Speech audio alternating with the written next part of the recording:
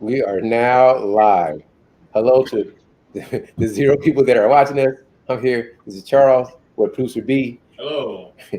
my brother Sean, also known as Whiskey Wars, and we're gonna have a conversation and drink some whiskey, and hopefully people will tune in and join in with us. And for me, I'm going to start off with the Mitchers. And you pass that. See the Yeah, woohoo! Charles got the good stuff. I'm over here stuck with just regular Victors, Hey, but that's all right. it's always good, man. So, so Sean, what's going on, man? How's it everything going for you?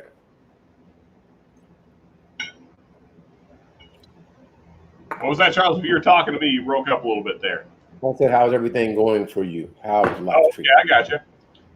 Good, man. As I was telling Brian while you stepped away there for a second, it was hot again this week, so not real happy about that. But because I work you? outside most days, but aside from that, it's been all right. Been working on some kind of interesting projects, so it's been fun. Understandable. For me, life is fantastic. I'm sorry. Cheers to you. Cheers, Brian. Cheers. Cheers, Sean. Hold on. I just enjoy smelling the mixtures. How do Yeah. you say it? Mixer. Is mixtures? Mix. I gotta work on it. Mixtures. Mixtures. Don't feel bad, man. For like the first 2 years, I was, kind of into whiskey. I said, well, What I was I saying. was saying Misters as well, and yeah, I have never had like the mixtures that you have. I have never had that. no, Oh, yeah. Well, I'm not gonna like review it right now because I haven't done a review yet. okay. But it's good. I'm just gonna leave it at that. That sounds great. Like Now, which one is that? The American, the regular? the regular one, I think. This is just the standard bourbon, which is, well, I started to say this is my favorite. I like it better than the sour mash, and I like it better than the American whiskey. I would say this one right here is growing on me though. The rye, Yeah.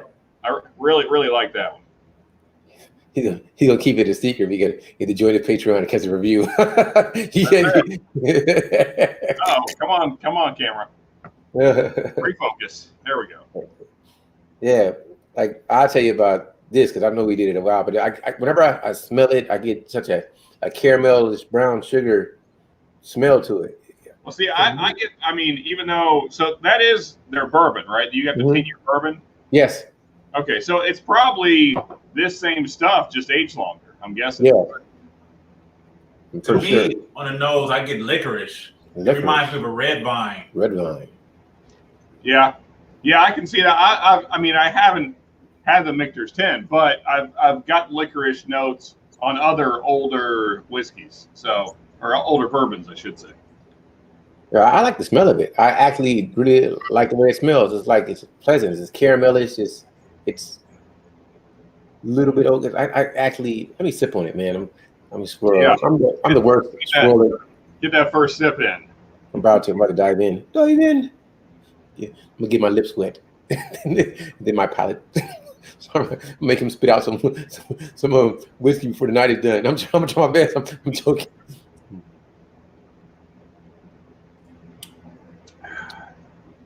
Yep, that's good. It is. Time. You're about to say something and you froze. Oh no, I'm waiting on you. I thought you were doing your Madonna. Come on, Volk.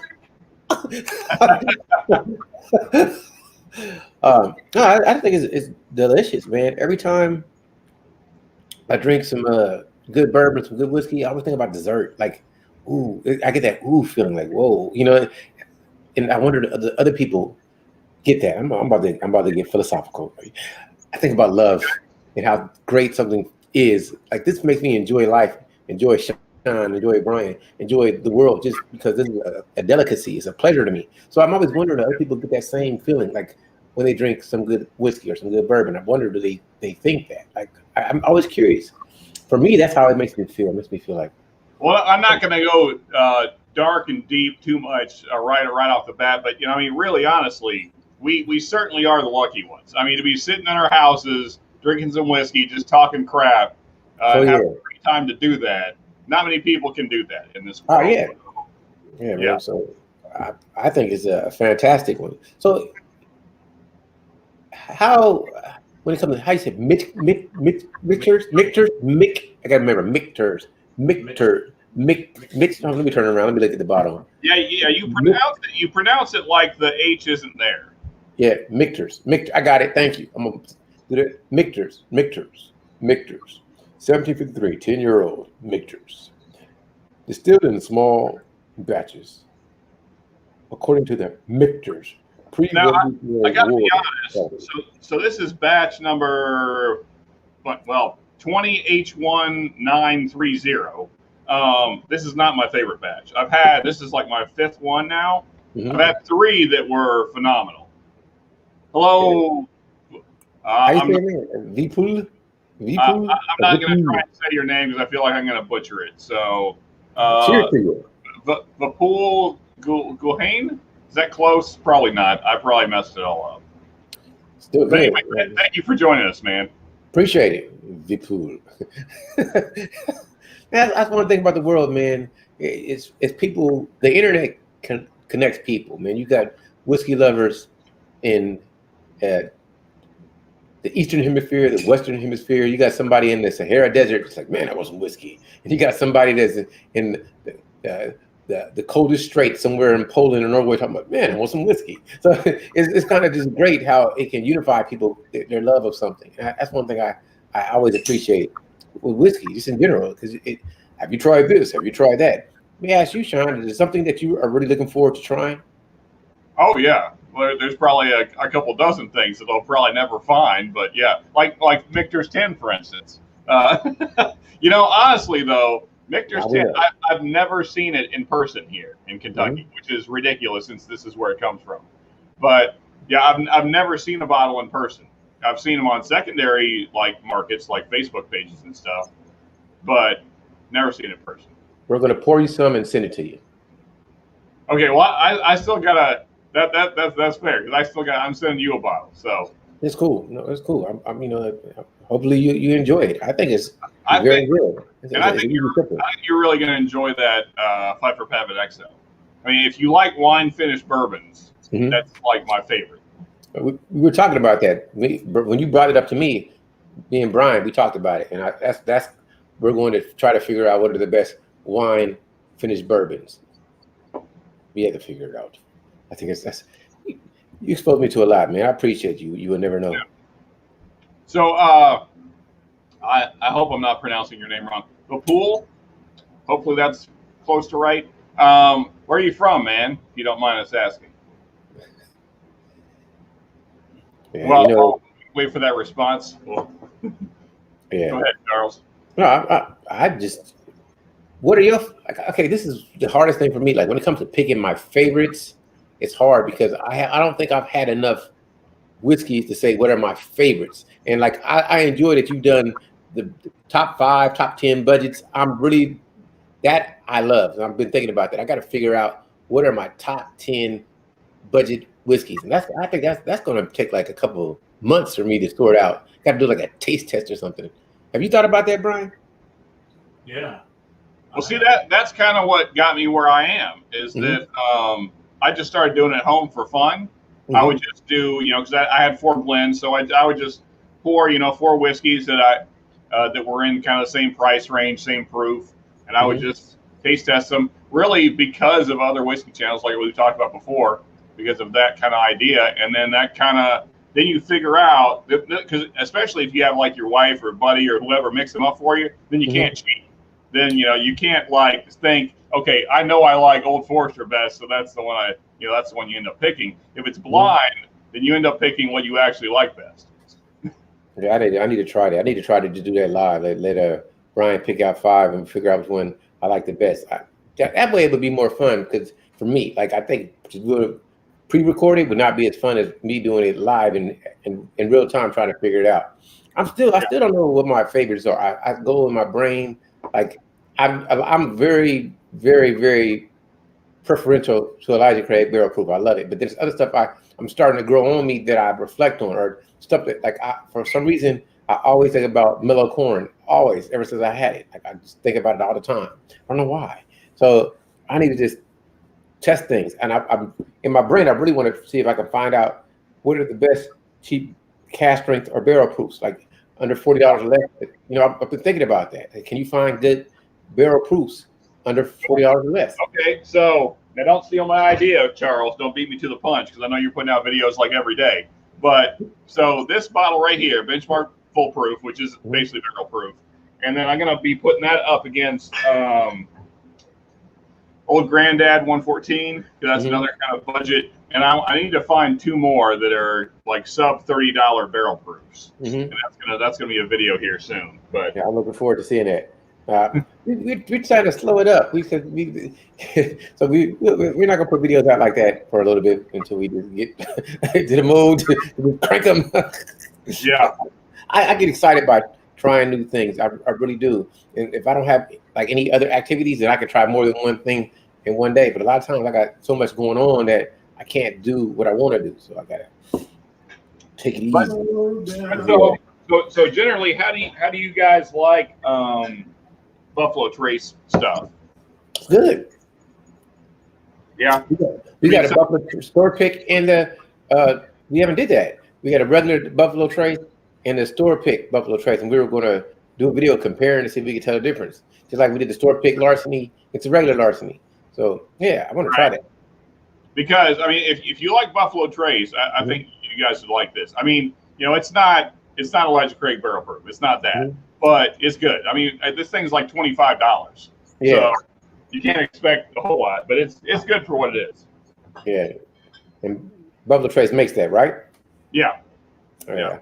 See, you know that, like, I don't know who makes what. I didn't know it tastes good or not. I would fail unless I had a class where you gotta know who makes it or you're gonna pass. Then I'd pass. But just remembering stuff, I forget like real fast, man. I do. Buffalo Trace, I know is big. Heaven Hill, and Bardstown. And Jim Beam. Jim Beam. Big. Everything. You think he gets it different though? Jim Beam owns that. How many different lines does Jim Beam have now? So I mean, there's the whole Jim Beam line, and then there's the whole Knob Creek line, and then there's the Baker's line, and then there's the Booker's line, and then I know I'm forgetting something. I know there's more than that. So then Old Tub is also Jim Beam. What else? I know there's more. There's Jim Beam. There's so many things that are coming out of that distillery. It's crazy. Yeah, they control it. They're like the bully. We make everything. You know, you make a 7-Up. We make a Sprite. We got Dante Lou back with us here. What's up, brother Lou? Cheers to you.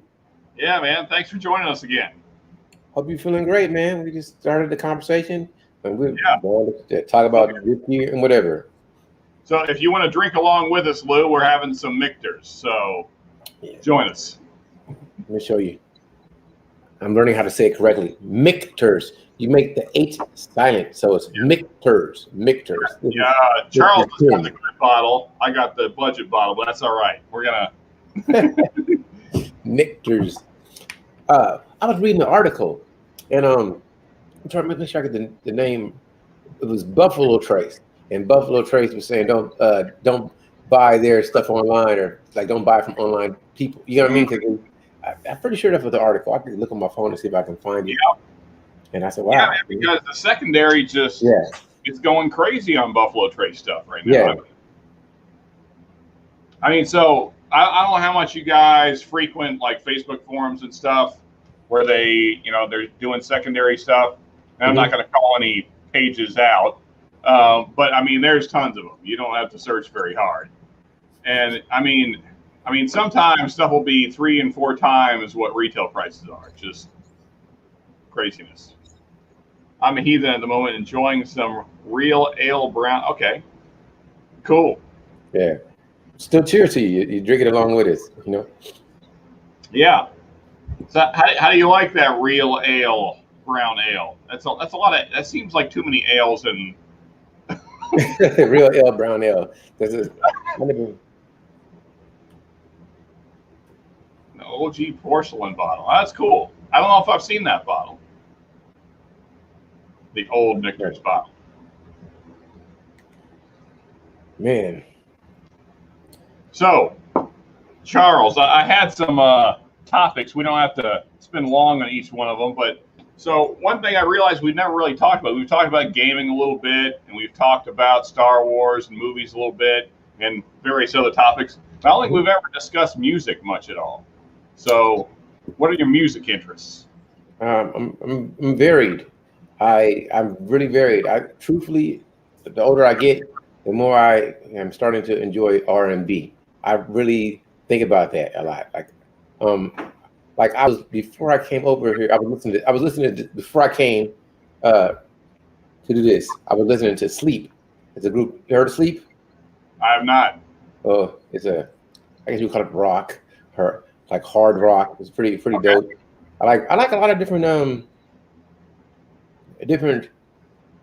lot of different genres. But right now, if I had to pick my favorite at this time, it would probably be R&B. I think they call it alternative R&B. So I really like the. I didn't even know there was such a thing as alternative R&B. So that's interesting. Okay, so what is our alternative R&B as opposed to standard R&B? Okay, like they got this. Okay, let me see if I can define it. Like Maxwell would be considered alternative, or like they call it neo soul, or like more artistic. Where the regular R&B would be like the Anita Bakers or the people who sing just soulful, the Marvin Gaye's. So it's more artistic. Or it's more like some people are more pop. Like what's her name? Her It's more pop. But then you got the Erykah Badu's who are in the Maxwells and the D'Angelo's that are more experimental. So that's why you call it alternative, because it's not the norm, and it's not catchy club type music, but it's still soulful. You know, just like I like when it comes to hip hop. I like hip hop, but I'm more classic, like or lyrical. So if you're not okay, so if I can pause you right there. Mm-hmm. So because that's one of my favorite genres is old school hip hop. So like who are your top guys? Who are you listening to? Top 5 that I like. It depends. It varies, but Eminem is probably my most favorite. Just I think. I thought you're going old school. Okay. Old school. Then okay. I like KRS. I like Rakim. I don't know how old you call the Guru, Gangstar, the Guru, DJ Premier together. I'm going to old school. Some people slide over it, and I still like them, but I don't know if you would consider them old school. Like, I actually, when it comes to lyrics, I really like E40 because I like his whole style. Okay. I don't know if he's old school or not, but he's like early 90s, late 80s, early 90s. He's got kind of that old school vibe to him, though. So I really like him. I like a lot of different people, but the favorites is going to be Rakim. Yes. Guru. I'm just talking about people. Like, I like different people for different reasons. Let's say it's Tribe Called Quest. I never liked them so much for rhymes, but I like the beats they put out. Or trying to think of who really stands out, but I'm thinking about the Beastie Boys. Only like really Paul Revere. I think I like the Beastie Boys, but I like them more for the style more than I liked it. Paul Revere was lyrically. I thought it was a dope song, but I didn't like some people like really like Snoop Dogg. I don't like Snoop Dogg for rap. I like it for his presentation. I've never been a big guy who liked Tupac that much, but I like Machiavelli. So I look at it totally different than most people like that. I like Nas. I like Jay-Z. I like them. There's like this specific time in my life where I was a huge Tupac fan because it was relatable at the time. It's not really so much now. I'm in a different place now. So I get it. I mean, there was a time in my life though where my mind. Keep talk while I'm trying to remember a thing. Well, it all depends. Like if I really start thinking about like you, Brian, producer B, you like music. Like some people are big NWA fans, right? I've never been a big NWA fan, but I like Ice Cube. I like Dre for the beats, but I've never been a big Dre fan. I like producers. So I'm probably more I like some artists. So I'm really big on Pharrell. I really think Timbaland was good. I like even though some people more for Diamond D. I like Diamond D. Diamond D was when I like those type of producers where they would know more for their rapping, but if you really knew their beats, I like the producers. Producers would suck me in the most. Yeah, I like the D Night beat. Like I didn't know D Nice was that nice.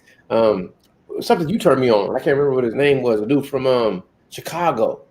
Black Milk. Black Milk. Yeah. That's so hilarious because I was working out to his music today. Mm-hmm. It was I think it was the name of the album was called Electronic or something. Mm-hmm. And I remember the source or some book giving him a 10 with that album. And then when I heard the album, I was like, yeah, I can see why they gave the album a 10. I think it's called, let's see. I like the Far Side. I like so many different people that came and went, but they didn't continue. You know what I mean? Like, so, I don't know. Go ahead. So I'm going to share a little bit of backstory here. I was trying to think how to word this, and there isn't really a good way. So that's why I kind of paused there. So briefly, early in my life, I was, for all intents and purposes, I was in a gang, I guess you would say. Okay. That was the lifestyle that I led. And so, like, my kind of mantra, my kind of, I guess, kind of get in the mood to do what needed to be done for the day kind of song was Ambitions as a Writer by Tupac. I mean, because nothing, at the time, I felt like nothing really embodied the kind of mindset that you needed to be in, you know, to get that kind of work done more than that song. Okay. So I'm sure everybody here is familiar with that song. So I would like Picture Me Rolling at that time. That's more of a chill song. I mean, like, I liked it. But I mean, I'm just talking about. So, like, I mean, Bomb First. You know, that's like a diss track, though. Yeah. But if you're talking about leading that kind of life, even though Tupac never really did, honestly, but nonetheless, he knew how to pin down the words that made you feel like he did. That's, you know. Oh, yeah. So, I mean, you know, I can't deny it. I'm a straight rider. You don't want to. Yes. Me. Got the police with me. Yeah. You can't do nothing to a G. Yeah, because you can. It's a song that like it makes you want to put in work. Yeah, I know he's saying. Trust me. I tell you where he's going with it. Yeah, but I, you know what? It's all how you grew up. Like I don't know. Go ahead. I'm listening. So the thing is I did not grow up that way at all. I mean, I grew up poor, but my parents did their best to raise me right. So that was my own choice. What led to that was a lot of, you know, stuff. I understand. But, you know, now looking back at it, now I appreciate, going back to our previous conversation, now I don't appreciate Tupac as much. I appreciate guys like Rakim, especially.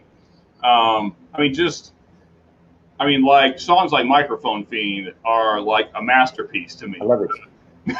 Yeah, I love Microphone Fiend. I was a fiend before I became a teen. I met the microphone that comes up ice cream music orientated. So when hip hop was originated, it fitted like pieces of puzzle, complicated. Because I got the microphone. I can't take it and say that I'm too small. Cool, because I don't get upset. I kick a hole in the speaker, pull the plug, and I jet back to the lab. I keep going, but I had a micrograph. So then I add other rhymes I had. One after the other one, then I make another one. This is opposite and answer the brother none. I can keep going. I can keep going with that song. Trust me, I love it. That's my jam. Yeah, but going back to what you were saying, like the way I'm from Los Angeles, and Carson, where we're from, it's Compton, Watts, South Central, Long Beach. So you grew up where that was the environment, where everybody, we in junior high and high school, everybody talking about putting in work, catching the bus to school, people getting in fights, people want to go to the malls, and people was like, so it was really the life. You had to. I don't want to say you had to aggressively separate from it, but it became a constant being a black man growing up in Los Angeles, because even if you come from San Pedro or Harbor City or Wilmington, everywhere you go in LA, no matter what somebody try to say, there was gangs. You can be from the most area, it's still a gang war, because you had to go somewhere. Sooner or later, you're gonna go to Magic Mountain, you're gonna go to Disneyland, you're gonna go with your friends, and sooner or later somebody's gonna what they call set trip on you or try to where you from. And right there, it's a test. Like you come out like, are they gonna punk you? Are you gonna be a buster? Like it's the way people look at you. And even people that don't gangbang or weren't affiliated still have to, like, it's the test of your ego. Yeah. F you. Who are you talking to? You know what I mean? And well, I mean, so I mean, realistically, that's what most of that life is. It's like it's people testing each other's prides and egos, and it's even though there's a lot of physicality, there's also this kind of mental game where you're trying to see who the weaker person is. Yeah, that's true. I agree with that. I mean, this is what I believe. I could be totally wrong. Most people want to be accepted. They want to get respect from their peers, and they want to fit in. And sometimes, because of those situations, you get caught in acts that you really don't want to do, but you need to do it to keep your status among your others. And sometimes it leads people to the same with family. Yeah, it happens like that. It does. It's there. I don't have the answers for everyone in life, and that's why sometimes you have to separate from people so you don't end up in situations that you regret. That's why Yeah. Unfortunately, sometimes you learn that lesson too late. But I agree. Yeah. So I mean, I don't even mean like necessarily like you're dead or you're in jail for life. I mean, like things happen that you can't necessarily recover from mentally. Like you have to carry that with you the rest of your life. I agree with you. I mean, mental strength, being strong, being able to deal with situations, it's not easy for everybody. Some people it can be innate. Other people have to learn it, and some people never do. So I try to never put pressure on people because I don't know what type of trauma they're dealing with, what their life is like, and it's better to treat people with dignity and respect and understanding than to judge them and try to shame or pressure them to doing things that will not be always conducive or positive to them in their life. But absolutely, man. Real quick, just wanted to read Commandante's Lou comment there. All Eyes on Me is one of my favorite nostalgic albums. Have to agree.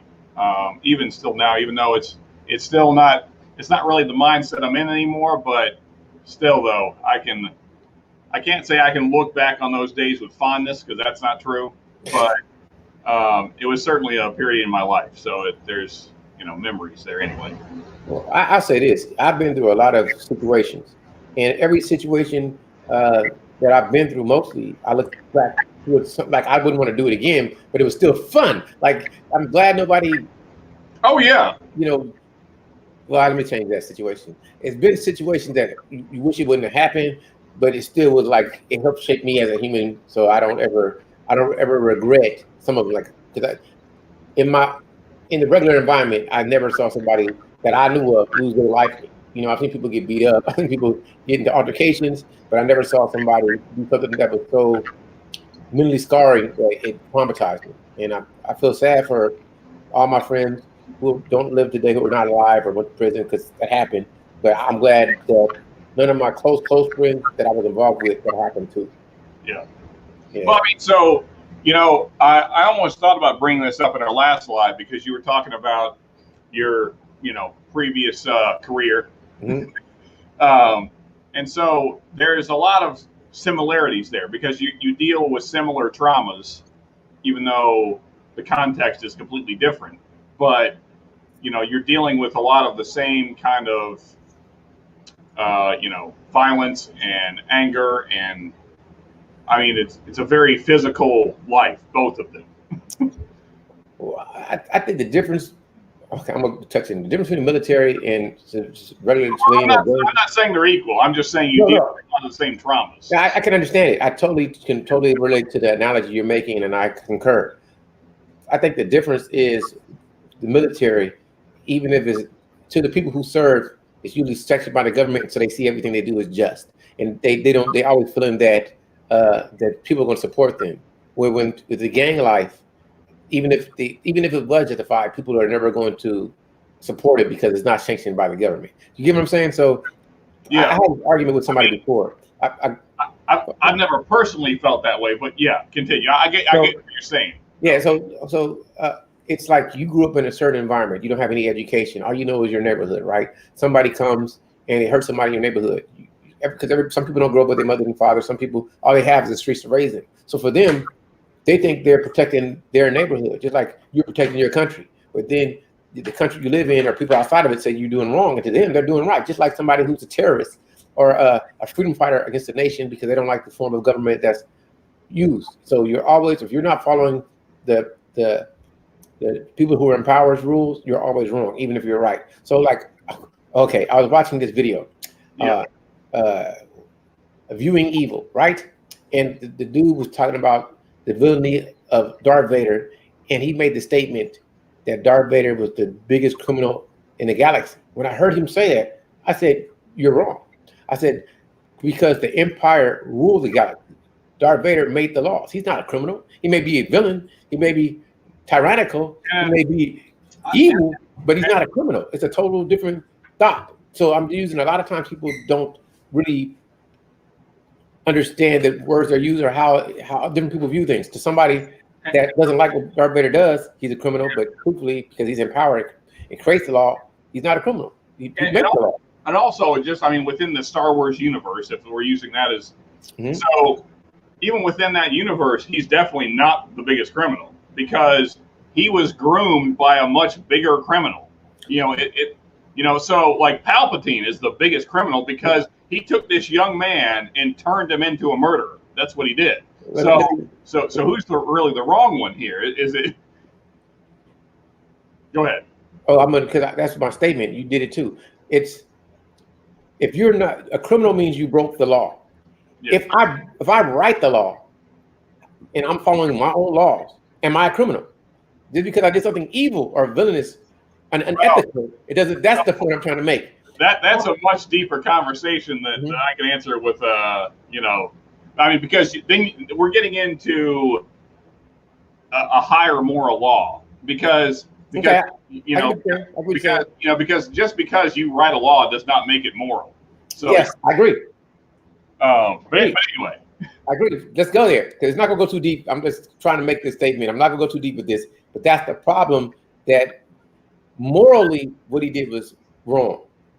Yeah. Ethically, or written by law or code, because he makes the law and code, is not criminal. You know what I'm saying? If you're the highest authority, like, because a lot of people do things that are morally wrong, but it was not criminal by the law. You understand what I mean? So laws change all the time. So something that was illegal yesterday can be legal today. Remember, from 1920 to 1930 to 1920 to 1933, drinking alcohol was illegal. Well, we could put a lot of terrible things into that box. Yeah. We could put Hitler in that box. We could put slavery in that box. Yes, it doesn't make any of those things moral at all. Exactly. And that's the argument when people say things like, that's what I was saying. Darth Vader, and I'm making an analogy that's connected to gangs. So if I'm in the military and I shoot an enemy of the nation, it's not criminal because the nation sanctions it. If I'm in a gang and I shoot an enemy to my gang who hurt somebody in my gang, it's criminal because the nation doesn't sanction it. And that's my point I'm trying to make. Right. They're both the same act, but one is seen as criminal and one is seen as not criminal. Morally, they're the same because you're killing somebody, correct? Right. And that's the problem. We say this is good, but this is bad, when they're both the same thing.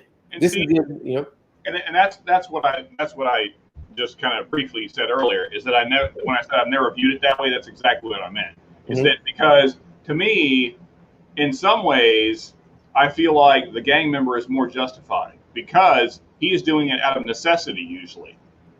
He is doing that because that's the only way he knows how to provide for his family or whatever the situation is. Okay. Whereas in the other situation, and I want to be clear here, I'm not, I appreciate the service that our men and women have put in. So I'm not trying to, go hard on you or anything, but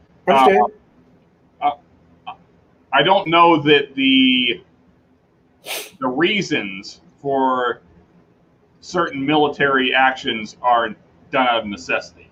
I agree. I'll just leave it at that. I agree with you 1,000%. I totally think some actions are, truthfully, they're criminal, they're immoral, and they're unethical. When you're in the service, even if you think that, you can't say it. So now I can say that. So and we see that after the fact, they go and evaluate situations and they say it was justified. But at the time, it's so much bureaucracy to go through, and because it's part of the dominant power, they can protect. So it is what it is. So well, and the thing is what is one soldier going to do? He can't change the system, No, cannot. There have been a lot of people who are say a commander or a captain that were moral and were moved from their position because we don't need you to be moral. We need you to follow instruction. What you did was morally right, but for the military, for the UCMJ, it was criminal, and we can't have you because you're not following the code of conduct, which is how you're supposed to perform in the chain of command. That's not your job to say what's moral or immoral. It's your job to follow the instruction that we can justify. Even if you think it's immoral, you may not see the whole big picture, so follow instruction. You know what I mean? Even if you, it's a little kid, but the little kid would have a bomb strapped around him. You don't know that he doesn't have a bomb strapped around him. We do. You don't shoot, we all die. But then if you find out he didn't have a bomb, that's the problem. You know, so that's when it becomes, you know. Well, and that's where the analogy of gang life and military breaks down, because there's no situations really. I mean, there are to a degree. I mean, there are times certainly when you don't know, like if you're going to make a deal, let's say, and you're not familiar with this person, then there can be some similarities. But the difference is that there's no hesitation, you know, because it's not a child. It's not a child with a bomb on his chest. It's some druggie that's trying to rip you off. So it's not equivalent. Understood. But you know, one thing that's completely different though, that I appreciate about the military is that even though I don't necessarily agree with all the causes, one thing that is true is that there's loyalty. And unfortunately, I found that was not true in, let's call it, gang life. Yeah. You know, when things start falling apart, loyalty goes out the window. You know, it becomes every man for themselves very quickly. And at least that's one thing I can appreciate about the military, is that there's you know, it's unifying, even if I don't agree with the causes all the time. Yeah, that's one thing. Because how we say it, we fight for the person next to us. We fight for people that are in our unit, in our ship, battalion, whatever form of structure you do. And it, like you spend so much time around these people, you train with them around 24/7, so they become your brothers, and you follow the mission. But I think the gang life is somewhat like that too, because that's their brothers. You got little devil, little evil, little violet. Yeah, the names are like Big Frog. Little Monster. Yeah. He was a good dude. Why he go to jail? For the name of Little Monster. Oh man, Little Wicked. You got having your own party over there. Oh yeah. I mean, I'm only speaking from personal experience. You know, I can't say that every gang functions this way. I mean, and to be fair, we were never an official gang, although we functioned like one. I mean, I just know that when situations got really tough, loyalty was not a thing. I mean, you know, when the cops are watching you for 6 months straight and they're just hounding you, no one is loyal. Yeah, I agree with you. I understand that. I mean, you never know, man, until you get to the fire. When you put in that situation, you never know what the person is made of. Some people act a certain way. They don't, like, we on the range shooting. They all good. You get in combat, they scared as hell. They can't pull the trigger. So you never know what somebody is made of until they're in that situation. Yeah.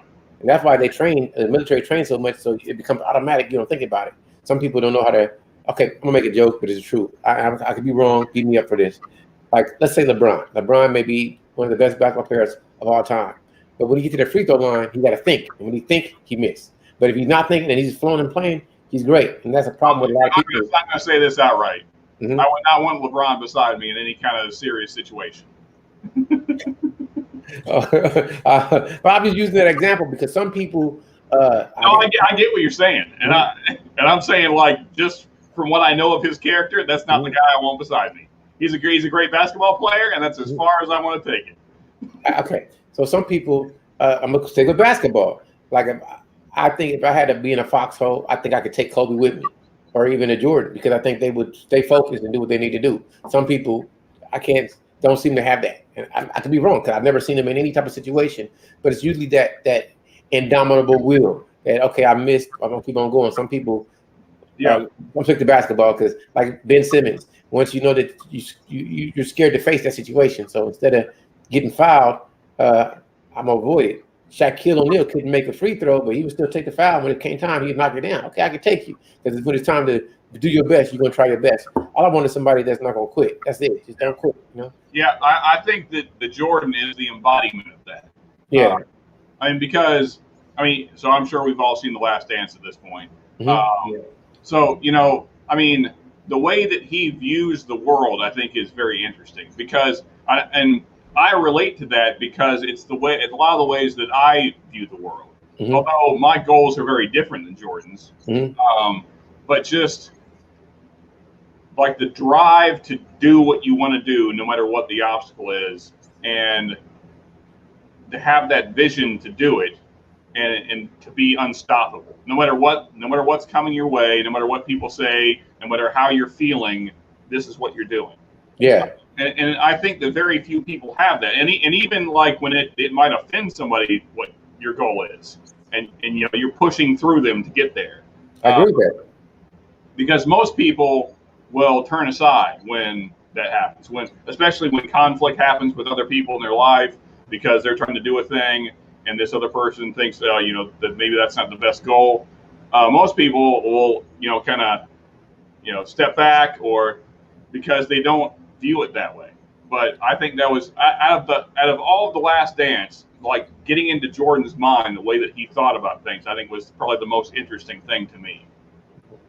So funny. I'm gonna make a joke.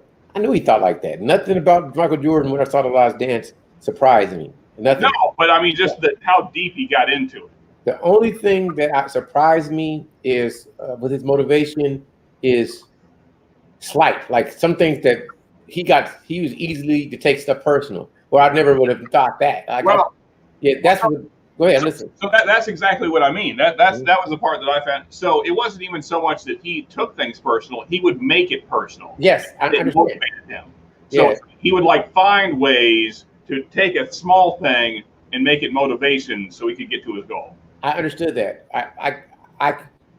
Okay, I'm gonna speak about myself. That's the best way for me to do it. If I'm motivated, I don't need extra motivation. I'm already motivated. Nothing you're going to say is going to make me more motivated than I'm already motivated. Already. Right. So I just want to beat you. I just want to beat you. I want to win. So every time I see you, I'm going to destroy you. I'm the best in my brain. That's what I'm thinking. That's how I play basketball because I love basketball. Every time I'm playing, I'm trying to destroy you. I want you to worship me. That's what I want. So I guess I'm not taking it personal. It's just okay. If you don't say Charles is the greatest, every time you step on the court, I want to prove to you I'm the best. And you don't ever say anything. I didn't say anything to him. He just wanted to. That's just me. Every time I'm trying to destroy you because you're gonna. Oh, I'm not the best. Okay. Am I the best yet? No. Okay. Charles, you're the best. Are you sure? I bet. Okay. That's just the way I think of it. But Mike, he had that. He had that, but he needed something to push that. Like him and Kobe got something I don't have that they got to be angry. Like I can be joyful and do it. Like I think Steph Curry got that joyful. I want to destroy you happily, and shake your hand, but you can't shoot better than me no matter what you do. I like that. You understand what I'm talking about, right? Yeah, because like having fun doing it. Yes. Where some other people took it like a beast. Like I'm going to destroy you. Yes. I want your blood. Yes. Yeah. Some people call it killer, and I'm not saying you can use that analogy. It's more like. Watch Steph Curry. He don't ever lose focus. He doesn't lose focus. Oh yeah. So that's what it is. No matter what you're doing, okay. The next game I'm going to show you how awesome I am, and last time I do it. So here's the difference to me though between a Steph Curry and a Jordan, is that I don't see the viciousness in Steph Curry. He can't go there. He can't get there. I can understand that. Jordan could be rough and and push through you. And do whatever he had to do to get to that basket. I don't see that in Steph Curry. Well, let me explain this. I think about that a lot. I think it's also about the athleticism. So Steph Curry is not as okay. Look at Kyrie Irving, who I think is one of the most skilled basketball players with the ball I've ever seen. And you never see his viciousness, but you're not going to stop him. So it's not as quite as happy as Steph, but it's still the same joy. It's a difference. Like Kobe and Mike had that viciousness. So go ahead. Here's who I think. I mean, he's still a young man, and he's just kind of really starting to prove himself this last season. But I think Giannis is starting to blend the best of those two things. He's still happy, but he's vicious at the same time. So you like to see the viciousness. I just like to see people. Okay, I'm using I'm wrong again. I do like people who destroy. Like I like the viciousness. I love it. Tell you the truth. I love to see Russell Westbrook dunk on you and just look at you like you're crazy to get in my way. I will destroy you. But I also enjoy the happiness of people that it's just so awesome that they can laugh and do it. That's like it's like Mike Tyson fighting a kid. You can't beat him, so he's like, oh, I mean, I kind of like that. I'm great. I mean, with Steph, that's definitely true. I mean, Steph is like a video game. Like nobody's ever shot threes like Steph does. Or you can use Usain Bolt also. Usain Bolt had that. The happiness. I'm laughing because I'm so good. I'm never angry. I'm focused, but I'm the best. So I like it's like I'm wonderful. Like Mr. Wonderful or Ravishing Rich Rude or it's that woo that woo. Look what I like. Ric Flair slam you woo. It's like and he's happy the whole time defeating you. Or Macho Man, yeah, brother, I destroyed them, brother. Yeah, I called him. Yeah, you just can't take it because I'm great. Yeah.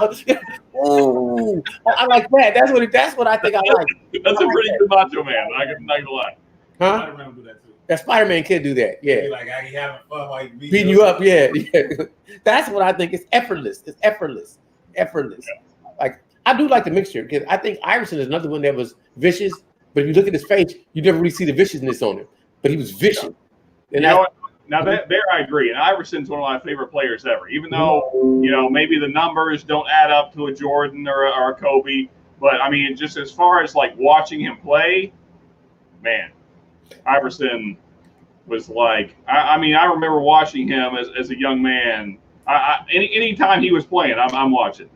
Iverson was amazing to watch. I love to see him play. And Kamen Alu said the confident enjoys success, and that's what I think. If you I'm gonna talk about basketball. I love basketball. A lot of basketball players don't love it like that because if I love it like that and I'm practicing every day, my confidence is so high. You can't stop me, so I'm not worried about you. Like some people really don't love the game like that because I know I can make this shot. I take it every day. I'm gonna make it with my eyes closed. I'm gonna make it and talk about you in your face. You can't stop me. You wish you could do it, but you can't. Watch it. So I love that type of. Like, Iverson had it. Kobe had it. I seen. Steph Curry has it. It's unbelievable. I'm going to make this because I practice it.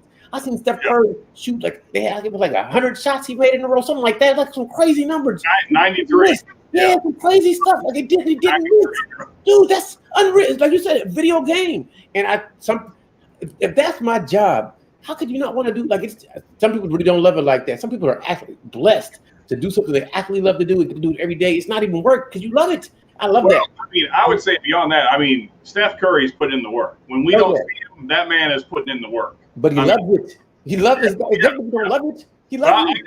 I'm just saying that man's probably shot several thousand threes to be where he is. Yeah, he put in the work.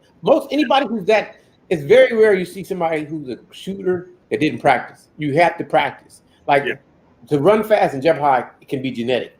But to have skill sets, footwork, timing, know what to do in situations, that's practice. You can't be that great or be a Hall of Famer in probably any sport without practice. You can't. I don't see it.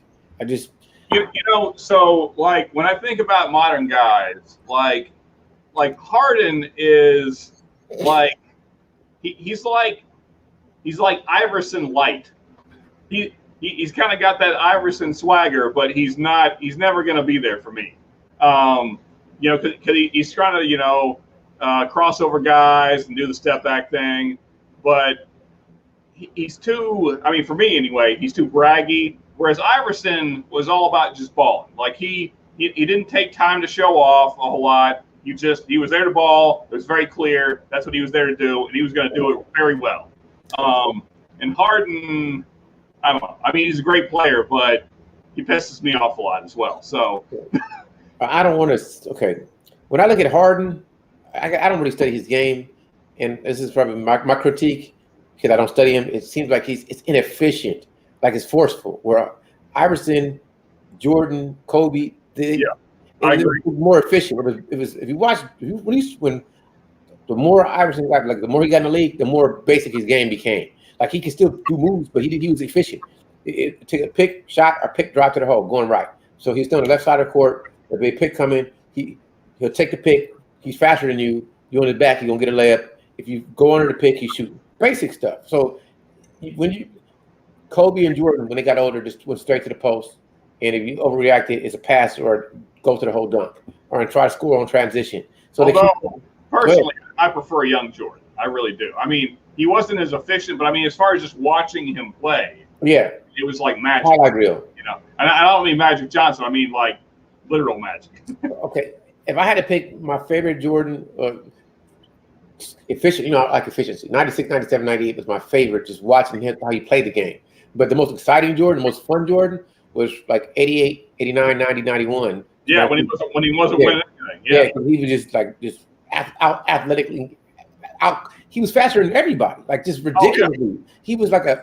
He was the first Uber athlete because he made everybody else look unathletic. Everyone except for maybe Dominique, but Dominique. Well, yeah, I mean, that's why Larry Bird said it was God in basketball shoes. I mean, because he was unstoppable. I mean, it's just he had no team around him at the time. He was too fast. He jumped too high.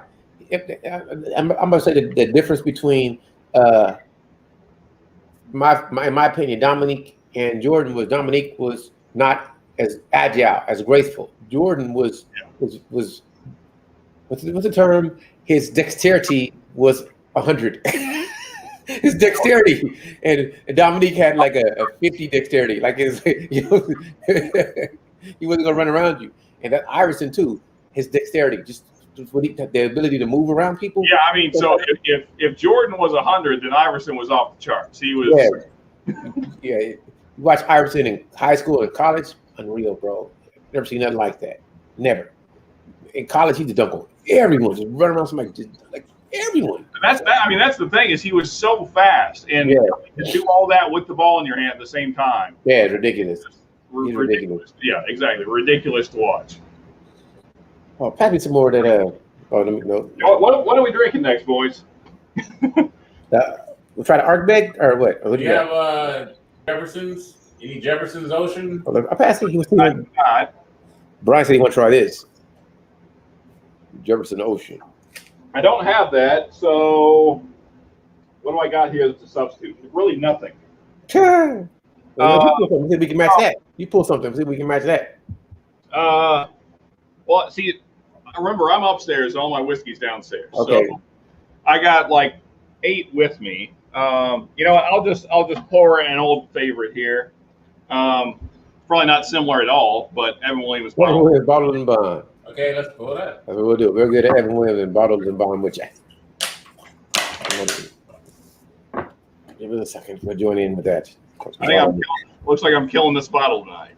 It's all good. Wow. So sniff water now. So you guys are several bottles in, like 100 plus. So do you guys ever buy? I'm sure you do buy bottles 2-3 times. Favorites. Yes. So what are some favorites you're going through? We're always going to buy. I was going to see said it. He always going to buy the Burroughs Seagrass. We're always going to. If it was up to me, any type of Elijah Craig Barrel proof I can get, I'm going to get. I'm trying to think what else would I always buy. I mean more like the same bottle, like because Elijah Craig, that's like a series, but like as far as I don't know if it's the Alberta Premier Cash Strength. I don't know if you call that a series, but they make it year round. Alberta Premium Cash Strength. I always buy that. I don't know if I've had that. Alberta Premium Cash Strength. Alberta Premium Cash Strength. Okay. Mm-hmm. So I'll have to check that out. What else would I buy? What would you? I bought a lot I bought a lot of McCullen 12s. Oh yeah, I know that. I didn't even know. Wild Turkey 101. 4 Roses. Yeah, 4 Roses. But what if I had to just pick up something that I would always buy? So let's pause there. So Brian, help me love Scotch. He said, "Help him love Scotch." I mean, I've tried many times, and I can't get into it. Like, because bourbon exists, that's what ruins it for me. So Like, you didn't like the Belvini Double Wood? Okay, so I haven't bought that yet. To be fair, I've been kind of on a hiatus from buying stuff, primarily because we have a lot of other expenses right now. But I bought a few things. Okay, so here's what keeps happening, right? This is good. I forgot how good it is. That's the thing in this bottle. I mean, so the big one's like 27, but the small one's like 70. How good it is. Say again. It's unbelievably good, and it's like dirt cheap. Anyway, so what I was saying though is that I keep meaning to buy it. So this is how my whiskey shopping goes, right? So I usually make a drive up to Liquor Barn or Total Wine, and I always mean to buy the Belvini Double Oak, and then I'll see like 5 other things that I want, and then I don't buy it. It happens like that. And mainly because I'm hesitant to buy Scotch, because I don't find it that interesting generally, because bourbon, like I said, because bourbon exists. So Brian, talk me into it. Talk me into Scotch. Okay, the Belvini, try that, and try. This is gonna cost a little bit. The Macallan 18. If you don't like any of those, it might not be any hope for you. Okay, so let me say this: I've had the Macallan 12 2 different times, 2 completely different bottles, totally different places, and I did not care for it at all. Okay. I mean, well, okay, let me say this: I can't. That's probably too strong. It was okay. I wouldn't say I disliked it. It's just that when I think about what the price is, and when I think about what I can get equivalent bourbon-wise, it doesn't make any sense to me. I've had that statement with him, but it's like the Johnny Walker Blue Label. You had that? I haven't, but again, yeah, it's that Scotch dilemma. Yeah, it's good though. You would like Blue Label. I think you would like Blue Label. Okay. But I think you would also like the Belvini Double Wood if he. Lagavulin, he would like that too. So now, if I remember right, you guys put Macallan 12 and Belvini together. You compared them, right? And Belvini won, right? Belvini, okay, 12, yes, not 18. Macallan 18, once you drink the Macallan 18, the after effect after you drink it will kick the Double Wood on his butt. But the initial taste, the Double Wood is on par. So the finish is better on the Macallan 18. It's the whole after effect, not just the finish, the aftertaste, the lingering in your mouth. The Macallan 18 is on a totally different. If I had to pick between the Belvini and the Macallan 18, I would get the Macallan 18. However, if I get the Belvini cheap and the Macallan 18, it depends how much you're paying for it. Like there's a big difference. So it's how much money you're willing to spend. So you start with the Belvini, Double Wood would be good. So that's what I was going to ask. So what is the price difference in the Belvini and the Macallan 18? The Belvini is like 60 something bucks, right? 60 something bucks, and the 18 is like 200, right? Close to it. 200, 300. So that's not really equivalent at all, then. I mean, you could get 3 Belvinis for. Yeah, I make that same argument. We talk about it all the time because the Big Dipper here, like, come on, Charles. I'm like, man, we can just get this. What happened was. I mean, now, so here's the thing: is that I don't have anything against pricey bottles. It's just, is it worth that price? I guess that's where I'm at. Well, let me tell you this. Y'all don't know, but I'm gonna make a joke. In producer B's mind and Brian's mind, he's a billionaire, so he doesn't even think about money. He's like, "What does it matter, Charles? Just come on, we'll make it back next year." Yeah, I know that feeling. Yeah, I mean, I walked into stores and dropped $600, and then like, oh, okay, well. I know him for a long time. Trust me, he'd go talk it out. But I've seen him do stuff that the average man would never do. Like did you hear he say? He said, "That's the past." That's what we all say. That's what we all. Yeah, but it's still in him. It's still in him. He still has super duper $1 billion thought spinning process. Well, no, the Macallan, I got it for a deal, so I got 2, but one was just $100 on the black market. The 18s. I've seen this dude, like Cristal and Moet was it, right? I've seen him on more than one occasion buy like 10 bottles of Cristal and Moet. More than like, dude, come on. This was so everybody had fun. Yeah, or buy $1,000 bottle of Hennessy. You only live once. That's $1,000. This was. So you're talking to him. This is so everybody can have fun when we had these shows and stuff. Okay, so you take out you take it the wrong way. So Commandante Lou, real quick. I see your comments. I'm going to get to that in just a minute. But okay, I got to address what Brian just said though. What are these shows we're talking about that we're buying $1,000 bottles? Certain shows we had in Hollywood when I used to do music. Oh, okay, I got you. All right, that's cool. So everybody that was with me, we would pop them on stage and start rapping and get through a set. I got you. Okay. And this is like back when it was popular. So you got to remember, this is like what 19. 90s, 2000s. Right, 2000. So 90s and early 2000s. Yeah. Yeah. So we talked about this last live, but if I remember right, you guys got a few years on me. Mm-hmm. But still, what I think is interesting is that we have a lot in common still. So age is a number. Huh? Age is nothing but a number. Leah said that. For sure. Yeah. That's it. Well, now to be fair though, the reason she said it I know why. I knew you were going to go there. Her and R. Kelly, anyway. Pissing on people. This is really good. If people don't understand, let me just interject for 1 second. This may be the best tasting bang for the buck ever. This maybe. Gotta be. I just every time I take a sip, I'm like, really? Like I'm just blown away by how good this tastes. Like I said when I did my our bourbon for beginners, like that's the king. Like so, no, I wouldn't start there. I would never start somebody there because I think the flavors are kind of like to somebody that's new to whiskey, they would be kind of harsh. But I mean, once you get accustomed to whiskey, man, that's it. That's where you need to be. I agree. Especially if you don't want to spend a lot of money, like on a weekly, bi-weekly, however often you're buying whiskey. That is it right there. Yeah, this is something fantastic. It's something wonderful. But was that a 2001? Yeah, I was thinking something wonderful. I mean, what I'm always surprised by is not that it's. I'm not going to sit here and say it's like the most complex thing ever, but I mean, for the price, it's surprisingly complex. I think you would love Johnny Walker Blue Label. I'm just trying to think about what things like that's probably in my brain at this time because I've been drinking. It's probably the most perfect, balanced drink.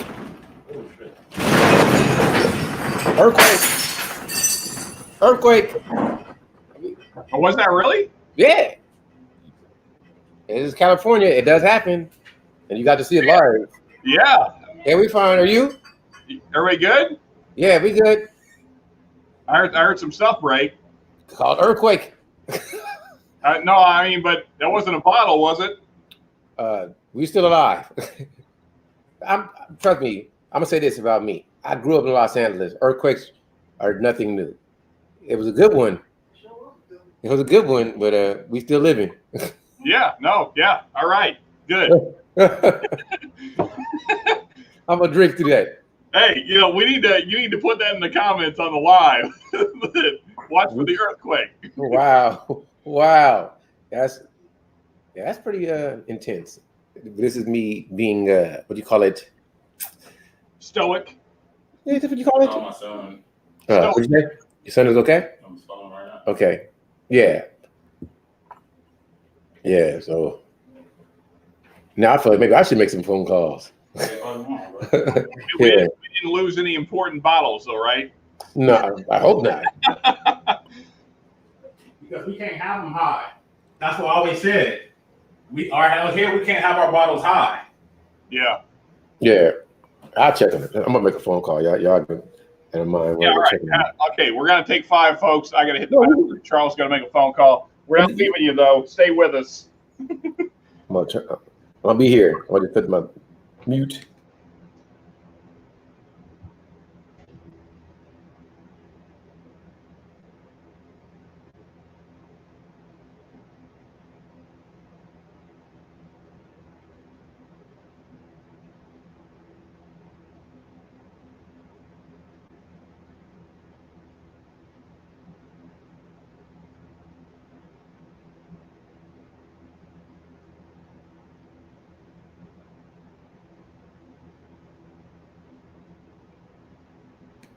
Yep.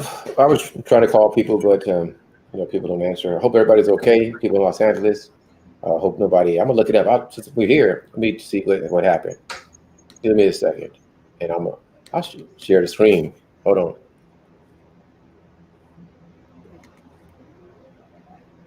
Oh, wow. So I'll share the screen. Hold on, people. I'll share a screen, and I can show you what this was. Let me share. I'm gonna share a tab. Hold on. Share screen.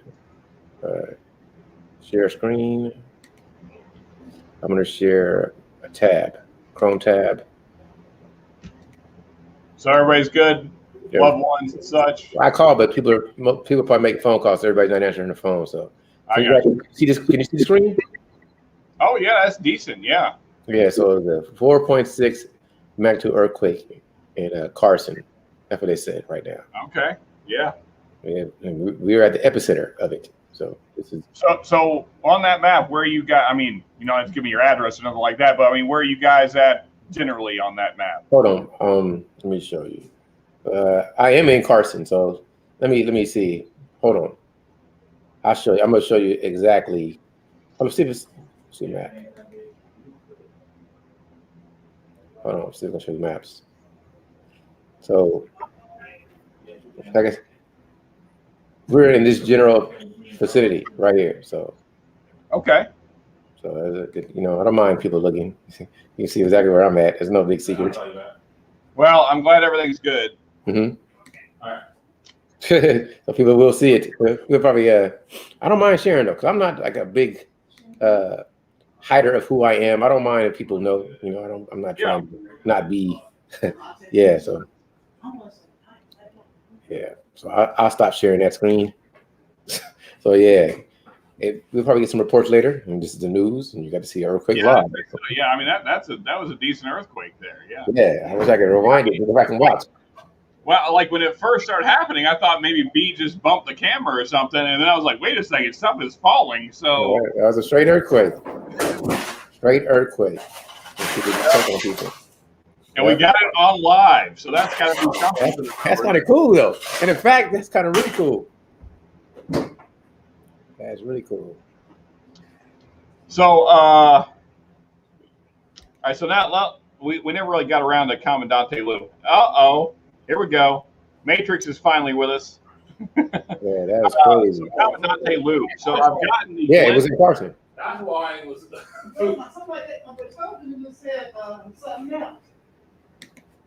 Google said it was right here in Carson. He said, "Let's hope for aftershocks." Yeah. Well, you can rewind it. You can rewind it. And see you can always go back and watch the show, man. It was not even 6 minutes ago. So you can rewind it 6 minutes and you can see the earthquake. You hear the noise and bump it back a few and you'll see it. He said, "That was good." So Commandante Lou. So I had a question about your. So I've gotten the Glenlivet sample packs, 12, 15, 20 year aged in different barrels. So I was curious what your favorite was in those. Like, because I don't always find that the oldest is best. So I'm curious what you're liking. While you type that out. Yeah, Makers is always good, although I don't agree with that statement outright because I don't like standard Makers. Everything outside of that, I really enjoy. But not a standard Makers guy. 101, good stuff. 6 is good. All the cast roots are good. Where you at on that, Charles? I'm sorry, I'm Brian is calling people like, "You're okay? You heard an earthquake?" You guys got a lot going on, so that's all right. Just go. I'm now focused. What's up? So where are you at on Makers? Hear me? All right. So what Makers products do you like? And I haven't had enough Makers to say that. Like I've had the cast. I kind of look at it what it is. I got one in my house. I can't think what it is. Regular Makers and the cast strength Makers. I think that's what it is. I think that's what it is. That's the only ones I have. So I don't know much about Makers, Mark. I haven't had that many of them. So I really enjoy the Makers 46, the cast strength. Mm-hmm. Either that or the FA-01. one of those two is probably my favorite. Yeah, I'm looking at that. I think Makers make some really good stuff. I'm just not a fan of standard Makers. That's not really my thing. I understand. You got me doing some research now. I'm trying to look up Maker's Mark products. Like I'm doing two things at once. I'm laughing at B picking up glasses. It's funny. This is like awesome at the same time. I'm juggling. So did anything important break? I hope not. Nah, just some glasses. Nobody ever. It wasn't that. But that's why I always say, like the whiskey, like when I see put it up high, it's dangerous out here. It's dangerous out here to put our whiskey up high, like in cabinets, because of earthquakes. Yeah, good thing. The FAE02. Yeah. Yeah, that's the new one. Yeah, I haven't had that. But a lot of people are talking about it though. But the FAE-01, that was good. Yeah. That's probably. I've had the cast strength. I've had the regular Maker's Mark. I've never had 46. I haven't had the private selection. I haven't had Maker's Mark 101, and I haven't had the wood finish. I think I have had. I've had the wood finish. I have had that as well. So, like, as far as available ones that aren't going to be hard to find, I would recommend. I mean, these are my two personal favorites anyway. Maker's 101, that should be everywhere, and then 46 cast strength. That's pretty much available everywhere as well. Like, as far as available stuff that isn't hard to find, those are probably my two favorite from Makers. Yeah. There's always the different wood finishes, but there's store picks and stuff, but those can vary based on the location. But as far as consistent, available everywhere, 46 cast strength and 101. Those are probably my go-tos as far as Makers products go. You may want to try some Maker's Mark right now. I want to try 46. Like it's so like one thing about out here where we live at, like I can actually order it and get it delivered in 2 hours, even this late, 8 o'clock. Let's do it. Huh? No, I'm kidding. I said, let's do it. No. But it's cool. It's cool, man. I'm sorry. I'm still laughing at Brian cleaning up after the earthquake, man. Turning to Mr. Mom, sweeping it up. Yeah, that was one of my favorite glasses, bro. But hey, yeah, man. I say this: no matter what, hopefully nobody lost their life. So Yeah, for sure. That one felt like 1994. No, nowhere near. That was like only 94? Yeah, but it felt like 94. It wasn't no 7.0 or 8.0, so we good, man. So now I'm curious now because I saw it happen live. Mm-hmm. Is that the typical length of an earthquake, like a serious earthquake? Yeah. Usually 30 seconds to a minute. About 4 seconds, maybe something like that. I would say longer than that. So the longest is usually gonna be 30 seconds or a minute, and an earthquake usually lasts probably like 10, 15 seconds. Would you think so, Brian? About 10, 15 seconds? Yeah. Okay. It's just. It's pretty. To me, it's pretty exciting. It's always fun, but it's not like wow. It's like nobody don't get killed. It's normal day. Yeah. I'm just laughing. I'm still laughing. Yeah, as long as everybody's good, then it's. Okay, I'm getting back to focus now. I'm sorry. I was laughing in my head. No, hey, I get it, man. You just had some serious stuff happen, so that's all right. Yeah, Maker's Mark goes on my shopping list from bottom along with Larceny and Bullet. I'm with you on that. Other than if you mean standards Makers, I can't necessarily agree. But Larceny and Bullet, yeah, that's always on the list for budget options. Major said it's like a free amusement park ride that can kill you, but then again, some amusement park rides can kill you. That's good. It is. It's like wow, like in your brain, like that's kind of cool. I'm thinking that I don't know if you see it, but I'm like, wow, that's awesome. It's kind of like going on the amusement park rides at the fair, your local fair. Like they're not super safe. They're a little sketchy, but they're also a lot of fun. So you could die, but all at the same time, it's a lot of fun. So yeah, man. You gotta be thinking about stuff. Like I don't like. I've really started to start thinking about what whiskeys are my favorite. Like who's my favorite company? Like the only thing I like about Elijah Craig is the barrel proof. So I don't care about the rye. I can drink it. I can drink it regularly. I don't care. Well, go ahead. So the thing is, though, is that it was good. This this is also a Heaven Hill product. Same company. See, everything's made by the same Heaven Hill. Yep, same. All of them. You know what's interesting though is that standard Elijah Craig, not my thing. A lot of people like it, but then like you said though, barrel proof, that's a whole different animal. Now I'm on board. Yeah, I'm really that the B521 really had me messed up, like really messed up. Man, that could be an everyday sipper for me. Like I'm really in my brain want to buy a bottle. Like I keep thinking about it, but it's like, okay. So let me know. Like I'm going to give you guys a couple weeks, and if you guys can't find one at a decent price, I got a second bottle. So we can get it. It's out here. They just want us to buy other stuff, so I got to have stuff to appreciate it. So they want you to get like a Larceny or the Elijah Craig Rye or something like that. It's like a bundle. It's like they're trying to move their products, and I don't. Yeah, there's stores like that here too. Yeah, I know what you're talking about. Yeah, and I dislike that. But what I'm saying is, because I still haven't sent the Pfeiffer Pavitt XO. So like if you guys can't find a decent deal on B521 in the next few days or whatever, just let me know because I have a second bottle. So I'll send you some more.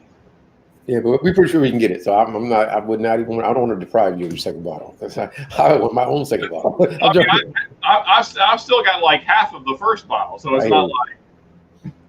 But what I want to taste is the. There he said. I already know where he's going. He's poking you with that. The antique Weller. You know what? Okay. Here, let me write that down because otherwise I'm going to forget. Man, this is good. Is the way it's the finish on this Evan Williams is like cool. Okay. So B, I mean, you've probably watched enough of my stuff because we need to exchange stuff more often because I mean, I can get stuff that you guys maybe it's hard to find for you and other way around. So okay, so the antique, the Pfeiffer Pavitt XO, I'm going to send you guys. What else are you guys seeing that maybe piques your interest? Charles or B, whatever. Either way. What is that one? I can't remember. I think it's N. It starts with N-U-L.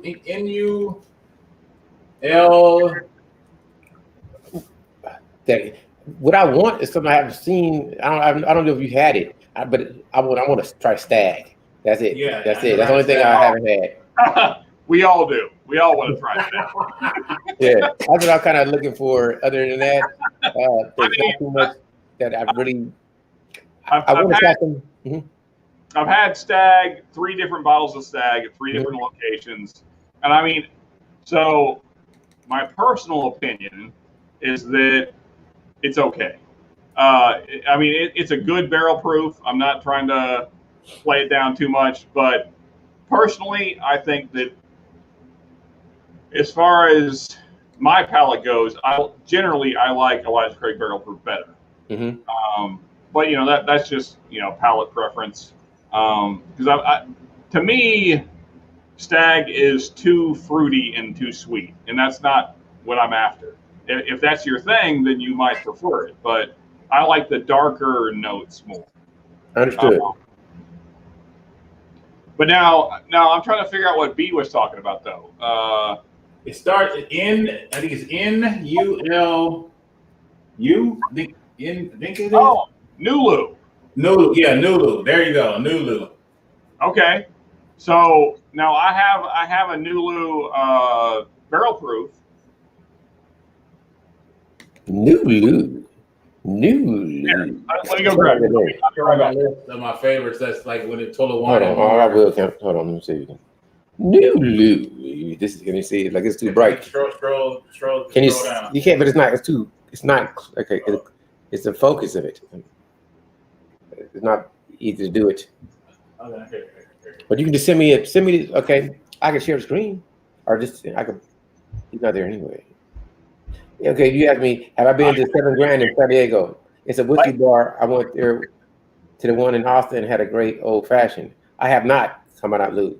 I have not. I'm gonna put it in chat. I have not. Is this what we're after right here? Nulu. You see? He got him. Yes, Nulu. Yeah, Nulu. Yeah, that's it. So now this is I actually found this at a Total Wine because for some reason most people are not after the store picks that are barrel proof, which is what I'm always after. So they just sit. And so this was actually a dusty bottle. It had been sitting. And so it was poured in 2019. And it's 5 years old, and it's 118 proof. And I like it quite a bit. You gotta do some research. If that interests you guys, I'll send some your way. I'm down to drink whatever. Brian is like, I want this. I want Nulu. Now, something to keep in mind with this, though, is that this is MGP juice. So MGP, I don't know if you're familiar with that company, but they a lot of sourced bourbons get their product from MGP, and this is an MGP product, even though it's under Nulu's brand. But so if you're interested in MGP product, then I would personally, and you guys might be able to find this in California. I haven't yet to find a bottle here, but look up Remus.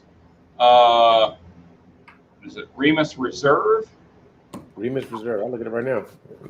Or Remus Special Reserve. The label is black. I'm looking at it right now. It's like silver letters. Yeah, you did send me that. I know. I see it. And now you can't get it. Yeah. The Repel, is that what it is? It's like 80. Yeah. Yeah, that's it. Remus Special Reserve Bourbon Small Batch. It's $84 at Total Wine and More. But it's not Yeah.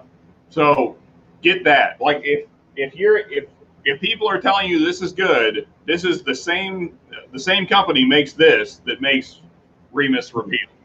Oh. Except for I would say Remus Repeal, it's probably better. They have it. They got it in a different, depends which one you go to. If you drive, George Remus Repeal Reserve is at Brea. Yeah. But either way, I mean, if If you guys want to try this, I'll send some out as well. Total Wine and More.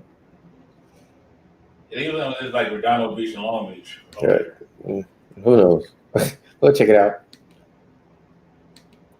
Oh man, I'll try that place. I haven't been to San Diego in a minute. I need to go. You should go to San Diego just for breweries, right? Wow, that's cool. Carmen Alu says I was able to sample whiskey that I wasn't willing to pay $200 per bottle for plus live jazz, and that's called $7,000, right? I'll look it up. I don't mind going. I'll go. Yeah, I'm sorry, Matrix. I'm reading you. It's like that Simpsons episode where they tour Duff Brewery, and it's one pipe that splits into Duff Beer, Duff Light, etc. I'm trying to think what you were referencing there in our conversation. Earthquake. Huh? Earthquake. Oh, yeah, okay. I'll look it up. $7,000. Yeah. So Yeah, now, looking up all type of stuff up. $7,000. do you guys know Commandante Lou, or is he just a fellow Californian? Fellow Californian. Okay. If I know him, I'd be like, wow, I know you. He's like, CP3, don't you know me? I'd be like, man, I'm sorry. So let's see, what else do I got down here? 'Cause I'm out of whiskey, so. I'm looking up for $7,000. I'm looking at it's on 7th Street. 7. I get it. Is it 7th and Oh, okay, I got you. Ah, yeah. they got one in Los Angeles. They got one here in LA. Oh, okay. So Commandante Lou is a Texan, but he knows about LA bars somehow. So he is a man of the world. Oh, okay. It's done downtown in Los Angeles. I didn't know that. Off the 110. Oh, okay. Off 7th. Oh, that's why they call it 7. That's so funny. They call it $7,000 because it's off of 7th and Grand in downtown Los Angeles. I'm like, that's There funny. you go. Oh, that's funny. He's I really like Commandante Lou's last message there. Texas, the best country in America. Okay. I heard. It all depends how you want to live, man. So I can't. I did my time in Miramar. Okay, cool. I got you. And so Then he asked Miramar. Matrix cleared up the message. So it wasn't the earthquake. You were talking about whiskey that was made in the same. Okay, so yeah, so I guess he's referring to when I was talking about the MGP juice. Yeah, so I mean, right now MGP is sourcing more stuff out to people than anybody else in the country. So a lot of bourbon is being made in Indiana by MGP and just put under other names, like the Nulu I just showed you. And I mean, it's good. I'm not trying to, say it's not. I'm just saying that it's all coming from one place. So because the Remus, which you guys just reviewed recently, that's actually MGP's, like that's their house brand. So that's straight from the source.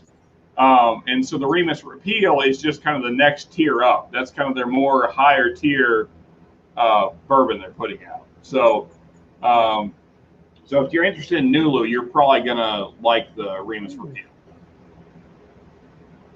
If you guys can get your hands on it, this is batch 5, I guess, 5 or 6, I forget.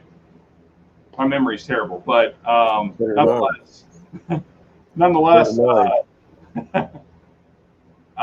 just looking up stuff I've never heard of before. I never knew that George. I can't remember that George Dickel 15-year single barrel select. Are you guys fans of Dickel though? No pun intended. It's good to me. I don't mind drinking the Dickel. We only had one. I didn't mind drinking the Dickel. So which one did you guys have? Just curious. Normal, regular, right? The private select, I think it's called. Let me see. I don't remember. Was that the 12-year or the 10-year? We'll look it up right now. Which one we had? We had.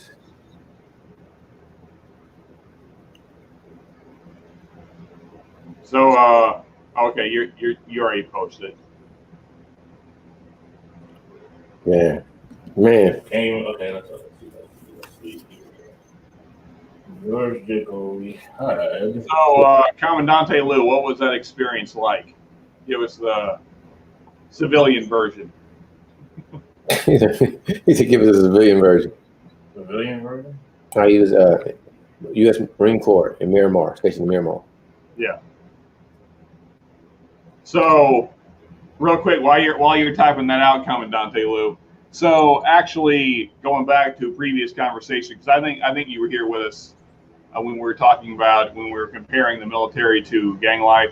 So, funny enough, the guy that actually got me into that lifestyle was an ex-Marine. So he got his. He said the Marine got him into the gang life. He did. That's how it worked out. So now I'm probably not going to use the right terms, but when you leave the Marine Corps, they give you a check, right, for your service. I'm listening. I don't know what you're talking about. But that doesn't sound okay. Like, okay, listen. This is what I know. Like, if, let's say you're going to. You serve your time. What they're going to do is you obviously get basic pay, but they're going to, for you leave you don't use, then they're going to give that to you in cash. But most time people burn their leave, so they just get the pay they're supposed to get when getting out. That's it. Once you're done, you're done. Unless you're staying in, you ain't getting no. Okay. Well, so that makes sense then. So my boy Antonio, he never used his leave ever. Mm-hmm. So when he was in the Marine Corps, now this was. I hope Antonio never sees this video because I know he won't. He's in prison, so you gotta lose. I think you gotta use it. It doesn't matter. Go ahead. What now? You gotta use your leave. They're gonna make you. You can't. It's not like other federals. You have to use your leave in the military. They're gonna make you take a leave. Like you're gonna take a leave. I thought you were just saying that they would give you your leave and pay. Okay, yeah, but let's say I haven't used my leave yet, and it's the end of my enlistment or my term of service. Then they'll give it to you in cash. Okay, all right. I misunderstood. But so he was the kind of guy that he was not in the military to take breaks. I guess that's. So, he enlisted, because we had all kinds of conversations over whiskey and beer and whatever. And so this dude was the kind of guy that went into the military with the sole purpose of learning how to kill people efficiently. That was all he was interested in doing. And from all outward appearances, he got really good at that. So for whatever reason, and you could probably explain it better than I can, Charles, he got a pretty substantial check when he got out. It was about $3,000. Yeah, that's his leave. Yeah. Okay. So, well, short story, that money got turned into drugs, and that's how we started what we were doing. And, you know, at the time when I was a young man, that seemed like an easy out to the problems I was having. And so, like, me and Antonio over time got really close. And I mean, we spent all kinds of time. I mean, he's the one that really taught me how to fight efficiently. And I mean, because, you know, he was military trained. So, and that was his focus while he was in the military. Is you know, he wanted to learn all he could is in that aspect. Understood. So he was very efficient at that. So my dog's making weird noises. Okay. And so, you know, I was similarly minded at the time. I thought that you could solve things through violence. And so we spent a lot of time, you know, practicing that art. I'm sorry, you can. I'm clapping because the world has proven that you can solve things through violence. Well, I mean, it depends on what you mean by that. Sure, yes. Eliminate the opposition, or violence will stop you. You can solve problems. If you know I can blow you away, the whole country, I will solve a problem. Let's dig into that. I mean, so it depends on the amount of violence we're talking about. If we're talking about the amount of violence to kill somebody, then yes, the problem is solved permanently. Yes. I mean, there's no more problem because there can't be, because you don't exist. There you go. But if we're talking about, you know, so generally, in the life I used to lead, you don't try and take it to there because it leads to complications. Understood.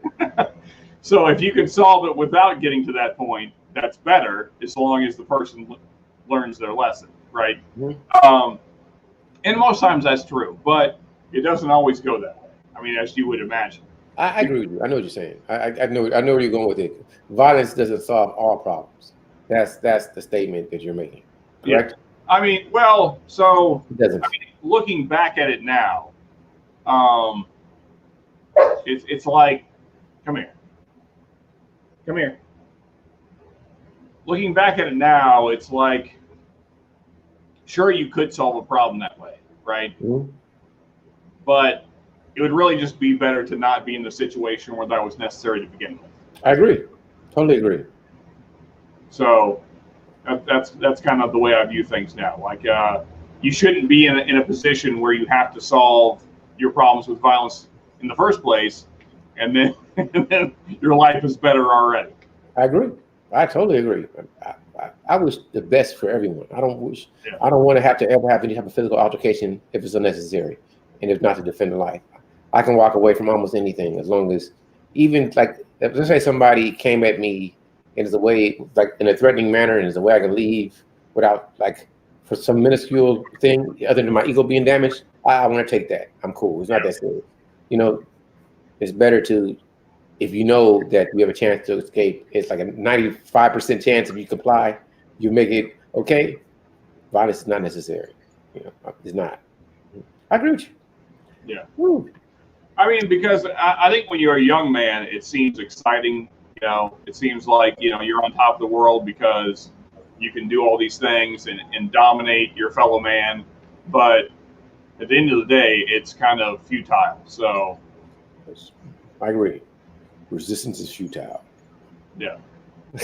Well, I was thinking more along the lines of what Solomon said. But yeah, sure.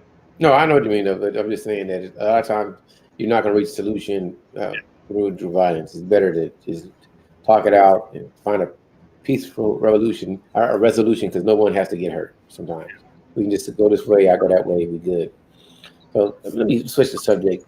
Yeah, let's do that. Yeah, let's do that. So if you video games, do you still play video games? Not nearly as much now. I mean, primarily because between work and running the whiskey channel, that's about most of the time that I have. Mm-hmm. So that's why I'm always amazed by the amount of content you guys are putting out. Like you guys putting out videos like every other day. So I'm putting out 2 a week, and that's like most of my time between filming, editing, all that kind of crap. So yeah, I mean, I do play a little bit. I mean, I told you, I think it was 2 streams ago, I'm playing Dragon's Crown Pro, which is just the PS4 version of a PS3 game. Mm-hmm. I do have, although it should have been here like 3 days ago, Jedi Fallen Order. Is that the title? Yeah. So that's I'll play it. I've been playing it. That's supposed to be coming, but isn't here yet. So, you heard what I said? I said I've been playing it. Yeah. How do you like it? I think it's decent. I have Stadia Pro. Like I tried, like when Stadia first came out, I wanted to see what it's like, so I got it, and it was a pro release, so I got it for free. But I also bought it for PS4, and I think I also bought it on PC, and I never played on none of them. So yeah, it's dope. But I really like. I've been playing Grand Theft Auto San Andreas, which blew me away. Today I played Control. I've never played that. That's dope. I played No Man's Sky a lot. Of course, sometimes I go and play the Demon Souls, the Dragons. I said Dragons, Dark Souls. I like those games. I got too many games to play. I got Skyward Sword, the new HD remix. I haven't played that. I mean, I like it. I love the game. I do. I like the game probably. So going back to No Man's Sky. Mm-hmm. So is that a genre that you generally kind of go to? That kind of survival, world building kind of? No. Okay. I just like to fly spaceships and blow things up in space. Okay. All right. So you're fighter pilot. More like the Halo type then. I'm that. Well, I love Halo. I just like just hyperspace, going to like Starbuck. That was the man Starbuck. I'm sorry. I'm more like that. I'm more like the combat pilot fighting enemies and the technology of it more than I care about survival world building. You know, because there's so much in No Man's Sky now. When it first came out, they said it sucked, but now you can pilot mechas, have freighters. It's like an economy. You can buy and sell, and you can be a minister of a town, and you got to solve disputes. So it's like a simulation fighter, multi-mass online gaming thing. I got you. Yeah. You want to pass time and just do it. Like you ever play any Grand Theft Auto? Well. Yep.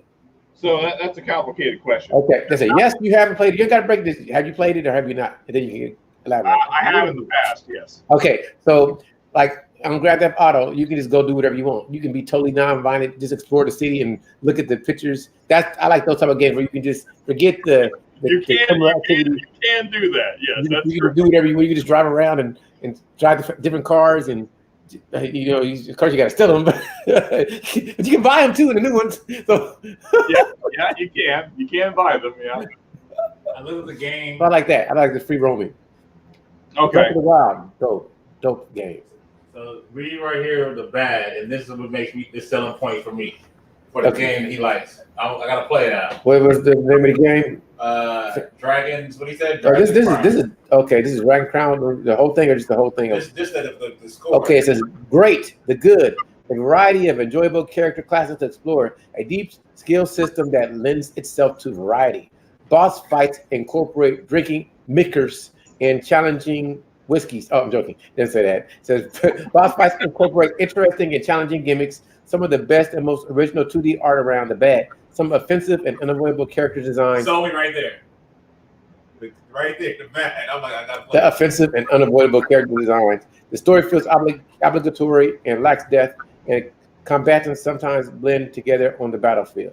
And that's the name of the game is at the top of it. Scroll up and you can see why people are pissed off about it. I'm scrolling up to see why people are pissed off about it. Oh, I can tell you. Dragon Crown review. Dragon Crown presents itself as a simple beat 'em up. Here, Charles. Let me do my fake review first before you read the real one. I bet I can tell you exactly what it's going to say. Go ahead. Yeah, I know I'm blurred a little bit, but No, I'm joking. I Go don't ahead. know what's going on with the camera. Come on, camera. So guaranteed, people are pissed off about the design of the ladies in the game. Yep. I'm sure because they got big boobs and big asses, and nobody wants to see that anymore because women don't look like that. Oh no. I got it. Please finish. Huh? Please finish. I'm enthralled. So what do they have again? Say it again. They got what? I'm not going to repeat it. I didn't hear because you're So, kind of jagged. You said women don't look like what? What don't they have? I mean, so I get it. That I don't understand how we got where we are. Like I think about this all the time. Like the current world pisses me off so much. Like why is it wrong to portray women as beautiful now? Like you can't do that anymore. Like that's misogynistic. You can't do that. I'm so appalled by what you said. I can't believe you said that. Good. I'm glad I offended you. I'm sorry. I feel the same, man. God, he knows this. I really feel the same. Like if you're attractive, if I like the femininity of you, the things that you have that I don't, and I appreciate it, and I'm trying not to be offensive to say, you're really nice looking. Am I offending you? So I get you. So to add to your point, like you had a guest on that I think is an attractive young girl, Brianna. I think that's her name, right? Brianna. I don't know. Okay, continue. Whatever. Maybe I'm saying her name wrong. Mm-hmm. Anyway, she wore a red dress. Oh yeah. Is that not Brianna? Am I saying? Yes, I got you. Okay. I got you. So that's an attractive young lady, right? Mm-hmm. And her assets were kind of on display. Yes. And I say, go for it. Yes. You're an attractive young lady. Let them know. I agree. Like in the modern day, though, that's like frowned upon. Like, oh, you shouldn't do that. You shouldn't sexualize yourself, and you shouldn't put it out there. And I don't know. I'm trying to turn stoic and be. I agree with him, but I don't want to make a joke. I just can't because I can't start laughing because I agree. I'm trying to see if I can be an actor. I'm acting. I'm so offended. I'm try hard, Charles. I don't believe it. I'm not smiling. I'm doing. This is a hell of an acting skill, right? I'm really doing. You don't know how hard it is for me not to smile. To really. I don't want to see that. I don't like to see. No, there should be. It's hard. It's more hard than people think. I couldn't fake that. Like, yeah. I got it. Oh yeah. So my personal thought has always been. Now, I mean, granted, you want some level of subduedness, I guess. You don't want to just all out there because I think it can go too far where you just don't have any respect for a woman anymore. Yes. But at the same time, I mean, I think regardless of sex, whether male or female, you want to look your best. You want to attract the opposite sex, right? I mean, so I think there's a level of that's useful. Like as I said, it can go too far. And then you just look like a hoe. But I agree with that. I agree with everything you're saying. Listen, I want a woman to look like a woman. I want her to have ample assets that I don't have, that are attractive but still respectful. And I'm not saying that I don't have thoughts that are somewhat animalistic sometimes, but I still respect you. And so there's nothing wrong with your allure making me notice you, as long as I'm respectful and not demeaning in that. You know what I mean? Because if you're absolutely attractive, that's like me saying the sun is not beautiful in the sky. It is what it is. I can't touch the sun. I can still appreciate it. Just because I like the way you look, I'm gonna touch you. I just like the way you look, and you're beautiful. But I gotta make sure I don't say that. So I gotta change the words and say you're nice looking, because if I can pause you again, Charles. So see, that's another problem I have. Why can't we say that? Why can't we say, hey, I think you look beautiful? What's wrong with that? Do you really? you know where I'm going to go with this, and you want this to go there, so I'm going to go there because they're going to say, "Sexist." Or you tell a man he's beautiful, and I can say that to a man just to make because I don't feel that way. But I can say, "Man, he's nice looking," or "You're gorgeous." But I'm joking with that. But it's that's what it is. So they want us to all be the same when we're not the same. Exactly that. Yeah, so, I get you. I'm with you. That's what I was going to say. It's like comparing. Okay, so it's like I'm going to use vehicles as a way to bridge this gap here. So like a woman is like a 1969 Corvette, right? It's got all the curves and the body shape and those sleek designs. Whereas a guy is more like, maybe like a Ford Raptor, it's a powerful machine. But both of them are beautiful machines, just completely different ways. Yes. So you wouldn't compliment them the same because they're not the same thing. Yes. I agree with that. I would say one is more sensual and sleek. One is more brutish and masculine and tough. That sounds crazy, but you know what I mean? It's always, yeah. I mean, and I know exactly what he meant. Keeping our straightness intact. I think we all can appreciate that there are men that are attractive without being, gay, Yeah, I don't have a problem. And at the same time, what's wrong then with complimenting a beautiful woman? There should be nothing wrong with that. I don't have a problem telling a woman she's gorgeous, beautiful, lovely. You're even seductive, alluring, appealing, attractive. You glow. You look like you. I try to be careful when I say something like you look like you're very soft because that can be a little offensive. but I think that so there's nothing wrong. Like I can look at. I always say this: Brad Pitt. Anybody say Brad Pitt wasn't attractive, or girls don't find him attractive? I can see that girls like him. He's nice looking. I don't find him. I would say he's attractive. I'm just not attracted to him, but I can still say that I can see why girls like him. Right. You get it. I noticed that, and a lot of people, it is what it is. I think women are beautiful. I really appreciate looking at ladies. I don't care what they think. I don't want to offend you, but we live in this world. I can't even be real anymore. Yeah, what dude got mad because a girl said that he was handsome, even if he didn't find her attractive? Okay, she's showing cleavage, and I've seen the cleavage. It's a little risque, but I'm seeing it, and I gotta say, you got a nice smile. Yeah. I'm looking at her face. I really like the way you did your hair today. Yeah, your earrings are really glowing. You have a voluptuous smile. He said you got a voluptuous smile. Yeah, for real. Yeah. So, but it is what it is, So real quick, I saw that a while ago. Yeah, comment down exactly. That's why God invented World Star. I don't know if God invented it, but yeah, we have it anyway. Well, I'm gonna help. Anything that exists was created because God said so. I'm gonna give that. It wouldn't happen if He didn't want it to happen. So that's my statement. I'm gonna leave that alone. You'll beat me up. If you believe that, I'm not gonna leave it alone. Okay. But I mean, it's just like the world is getting to a place where I don't even understand it anymore. Like it's so old men. That's what the movie was really kind of was about, right? He couldn't understand. I get it. Yeah. Like I'm sorry, I missed the first part of what B said there. He said, "No country for old men." Oh yeah. Yep. Because I'm starting to be like, man, I just don't get it. Nas X. Don't go there, man. I don't. Please, let's not. Listen, I try to. Why do you guys drag? I'm Al Pacino. You keep dragging me back in. I keep trying to get out. Now you guys gonna make me go there. Okay, I'll go there. I will go there. I'm wearing a cowboy hat, so people expect it.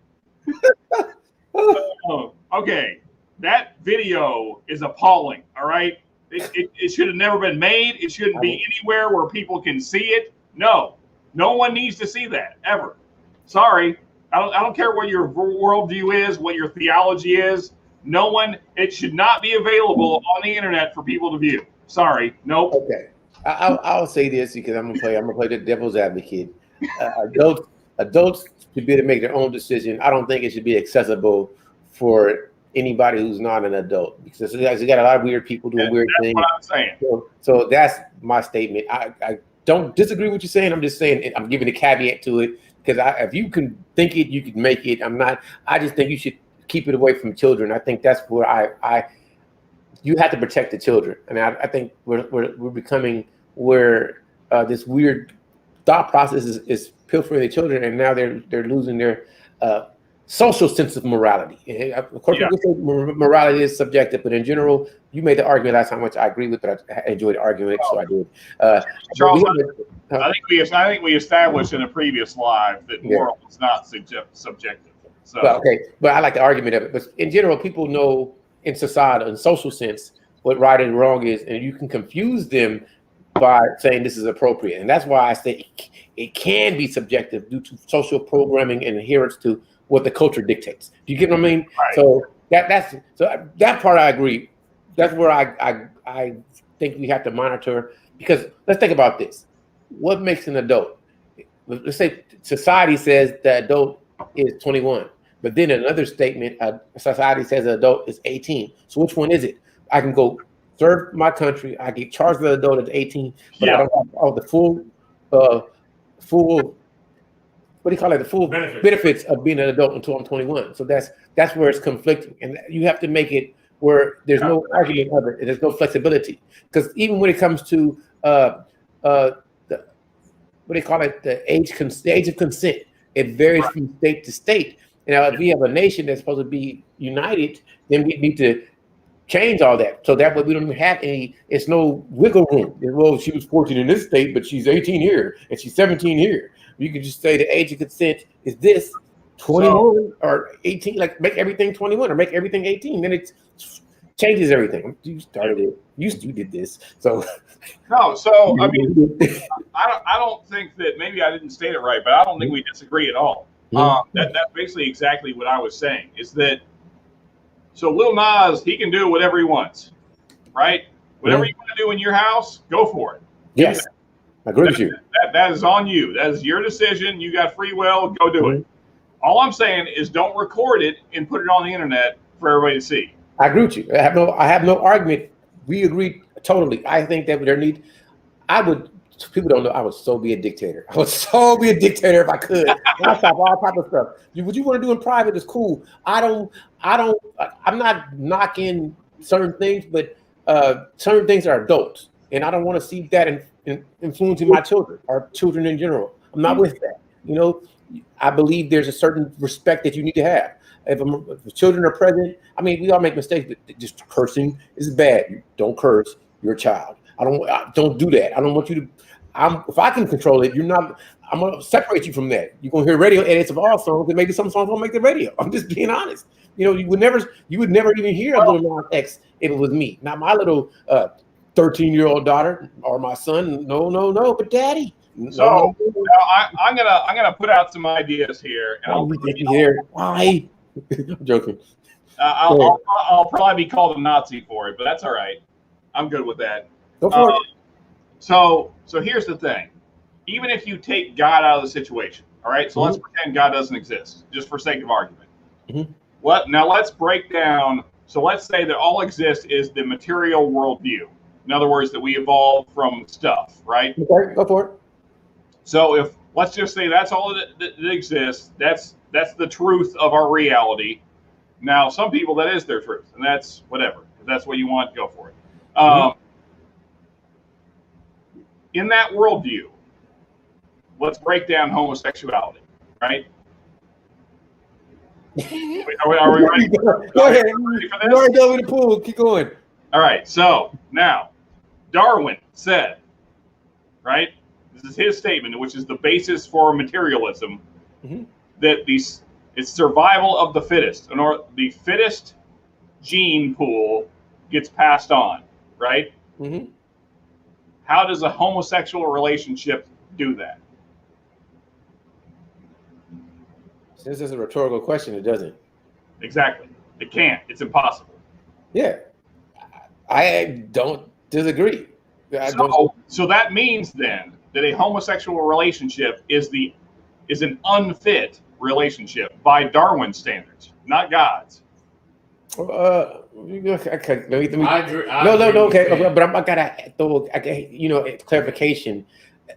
when you say you got to define what you mean by relationship, because relationship, the definition is to relate to someone else. So it doesn't always mean to procreate. A relationship is not always to procreate. So I'm being literal. It's the same human. So how do you define relationship? I'm just how you define. The same way that we all define relationships. Okay, relationship means to relate for two people. You and I are relating. So because we talk to each other, we have a relationship. Okay, so listen to what I'm saying. I'm not. It'd be different if you said. I don't even know what Commandante Lou is good. I think Commandante Lou is uncomfortable with the conversation, so he's trying to change it. Anyway, go. Okay, I'll say this before I finish, because it makes sense. It'd be different if you say that those situations, the same-sex relationship, don't lead to procreation. That I can accept. But for me to say that it's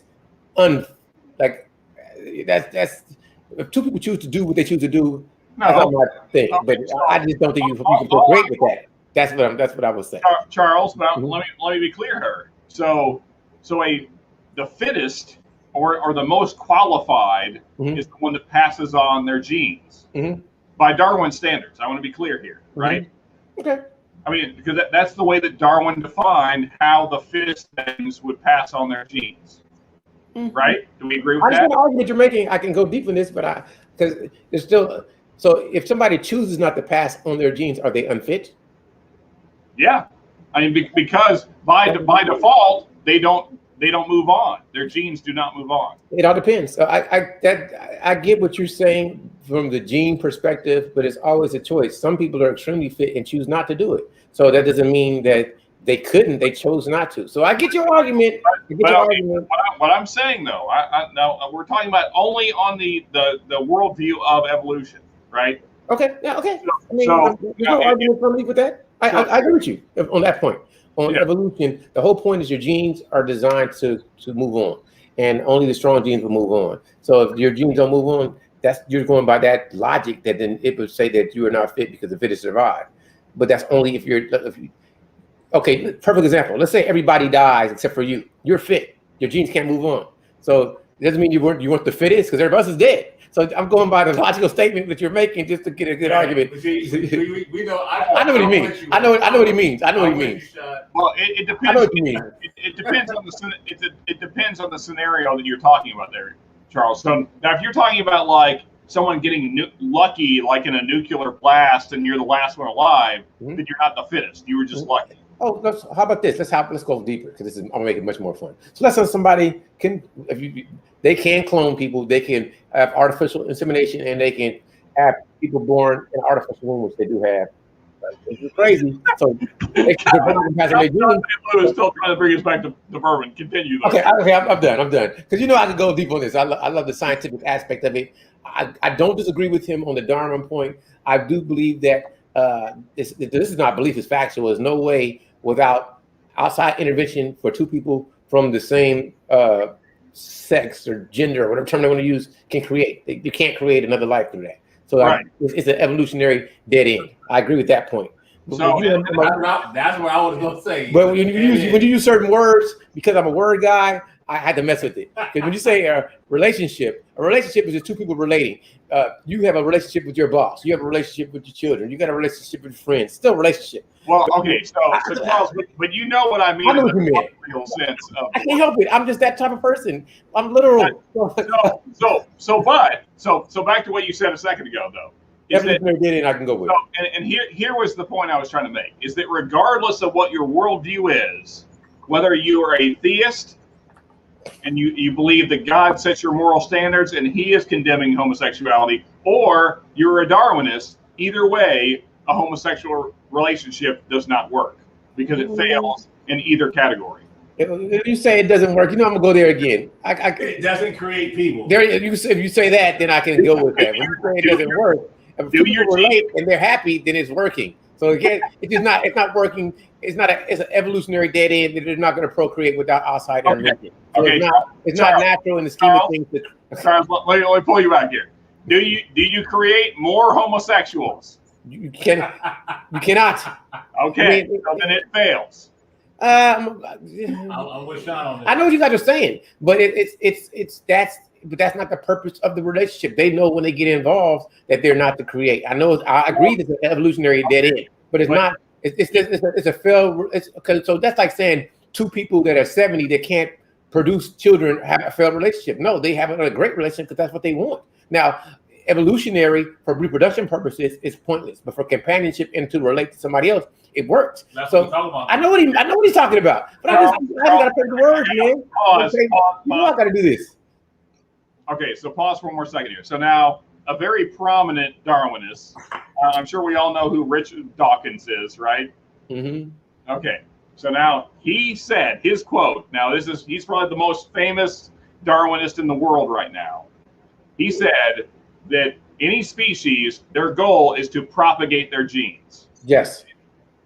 So now, by that definition of Darwinism, does a homosexual relationship, or however you want to, if a relationship doesn't work for you, whatever word you want to fill in that gap, two homosexual people being bonded together, does that fill that role of propagating your genes? No, I agree with you. I never disagree with you on that. I'm not disagreeing on none of that. It's the words. When you say the relationships don't work, that's exactly the relationships work. Okay. It's not working for procreation. Let's find a good alternative to relationship then for Charles. Right. Yeah, I know what you mean. I don't disagree. I'm not disagreeing. I just disagree with the term, the relationship. Relationship is just to relate. So for them, they cannot procreate. It's an evolutionary dead end. Let's say what it is. That's what it is. It's not to propagate the species. I would go with that. It's not. You can have a relationship with a dog. Yeah, but it's not going to propagate the species. Yeah, there you go. See. Yeah, okay, I can go with that. That's it. We didn't go too deep. We kept it on the surface. I think that was. Let's get the bourbon. So I was just reading through Matrix stuff there. So I mean, I get what you're driving at, Matrix, but it does not change the end goal of either one. Well, so the Matrix, you should know better from our last live how I actually feel about this. I do not believe in Darwinism. I want to be clear on that. I was just making the argument from that worldview. But now, no. To answer your last question, no. But I don't think that we are. I don't think any species of creation is that simplistic that we're just here to propagate our genes. So to answer your overall question, but at the same time, I don't think that changes in RNA and DNA over time, if you're going back to the Darwin worldview, that does not change the necessary desire or drive to propagate your genes. Just because your DNA may be convoluted, complex, messed up, it doesn't change. I mean, because outside of that, I mean, not everyone, because I don't have that drive, but a lot of people have the desire to, have children. And I don't think that's based on whether your DNA is perfect or not. So, because none of ours is at this point. So yeah, I don't think it has.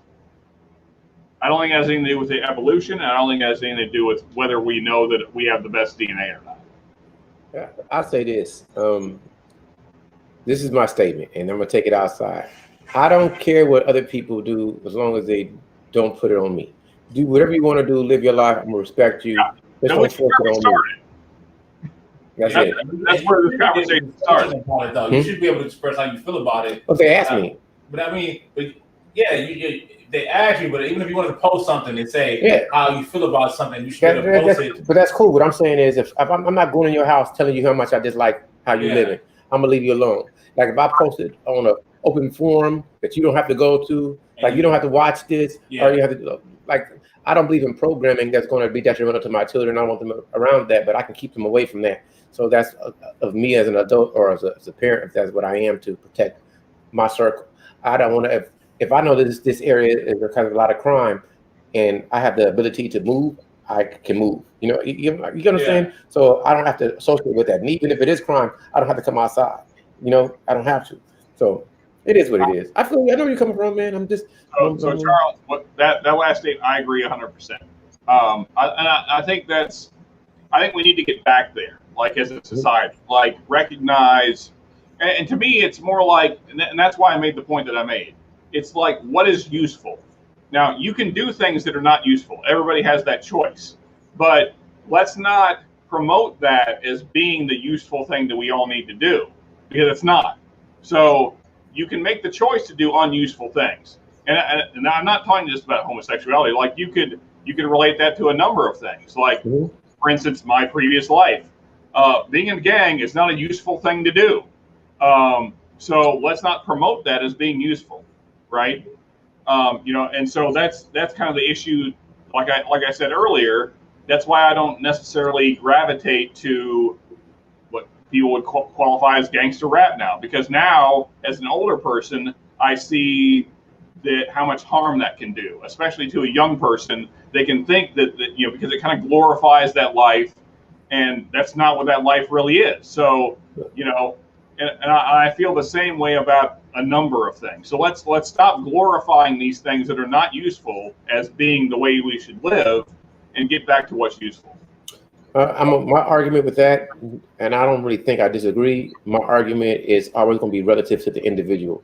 To me, I may not think something is useful, but somebody else may think it is, and I can't You understand what I'm saying? So let's say somebody doesn't have family at all. Let me finish the statement. Somebody don't have family at all, and they grew up in a neighborhood. All they got is they gang members. They gonna think, well, this is my family. To them, it's useful, even though we know it's not productive. I'm not promoting it. I'm just saying, subjectively, the way they're gonna view it is gonna be different than how I'm gonna view it. So no matter what I'm saying, they're not gonna hear me. Am I making sense? Okay. See, my pride. That's how I'm gonna eat. Yeah. So here's the issue, Charles, because we keep kind of running over the same kind of speed bump, and that is that we're getting back into subjective morality, and I don't like that, because there's no such thing as that. We disagree. I'm gonna tell you why. Because if we're at war and somebody killing is always wrong, we're gonna say that, right? We're gonna say that. That's what we're gonna say. Killing is wrong, right? If somebody's trying to kill you and you kill them, is it wrong? It's not. If somebody's attacking you and they die defending yourself, it's not wrong. If you want to eat and you kill an animal, it's not wrong. But blatantly doing it with no intent can be considered wrong. But to who? That's why I say morality, as far as how people. Well, okay.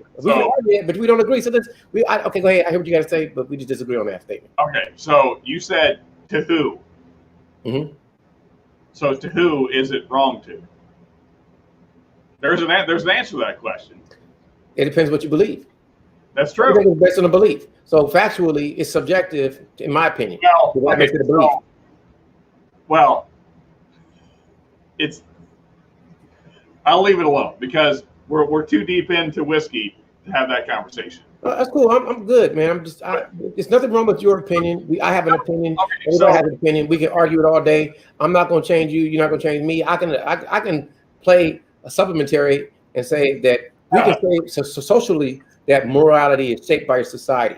But what's morally wrong here may be morally right somewhere else. So it's always based on society and where you're at. The laws of the land will always dictate what morality is. I'm not going to get into religion at all. So let's break apart the statement that you just said. So now you said that something wrong somewhere else could be right somewhere else, right? Yeah. Okay. So, but by definition, then those two things cancel each other out. I mean, because a thing that's true here, that's wrong here, then cannot be true over here. I mean, that's how truth works. So because either it's true or it's not true. Because if it is true, then it can't be wrong over here, or else it's not true here. Because scientifically, so it either is true or it's not true. There's no in between. Either it's truth or it's not truth. We got to do the same argument before. I'm going to go there again. Truth is always relative to where you're at. No, it's not. That's what science says. Science says truth is relative.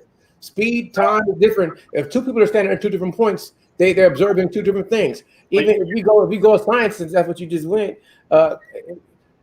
it's infinite possibilities until you make the measurement. And before that, it's infinite. And two people can measure two different things and get two different results. So we can say that facts is fact, but truth or how you measure is relative to where you're at. So time is always, or gravity is always a variance there.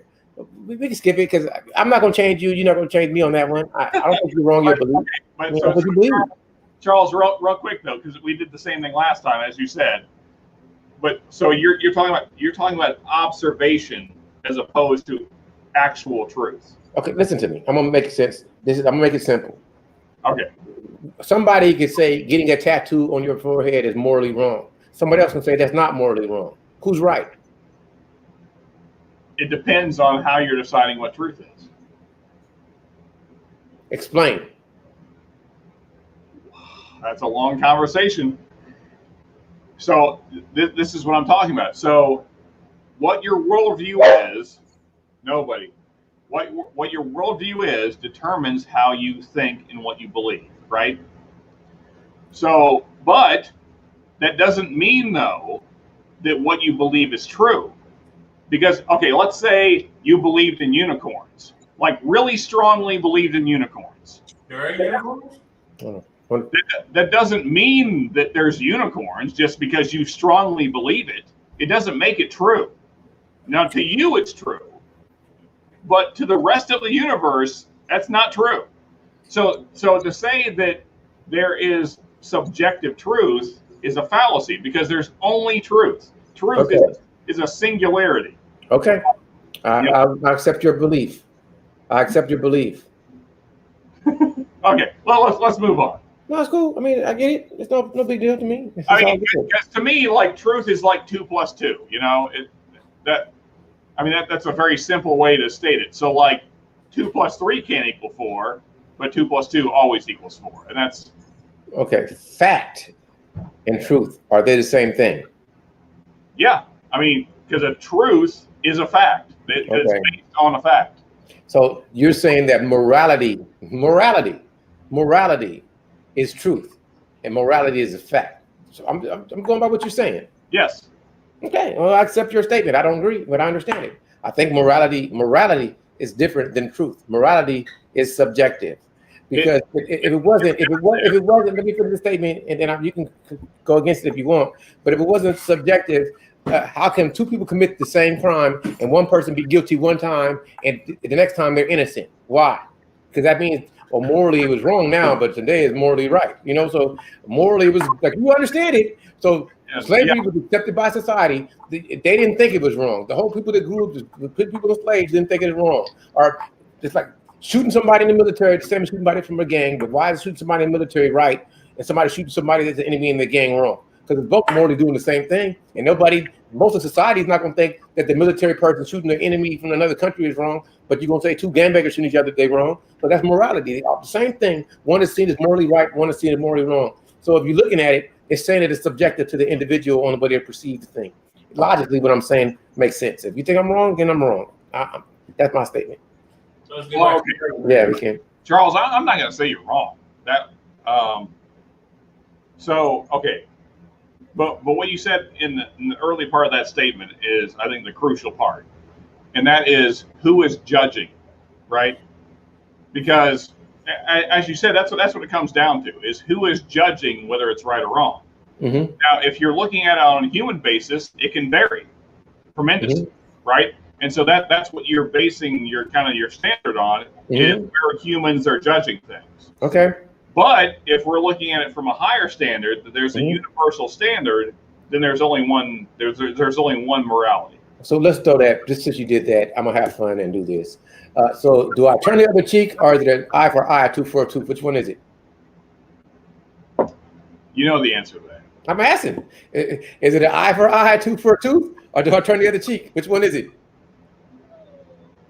Okay, so those are two different scriptures, though. So now Jesus, when he was saying turn the other cheek, he's talking to his disciples, right? Uh-huh. Now, and this is also about 2,000 years later. Mm-hmm. Okay.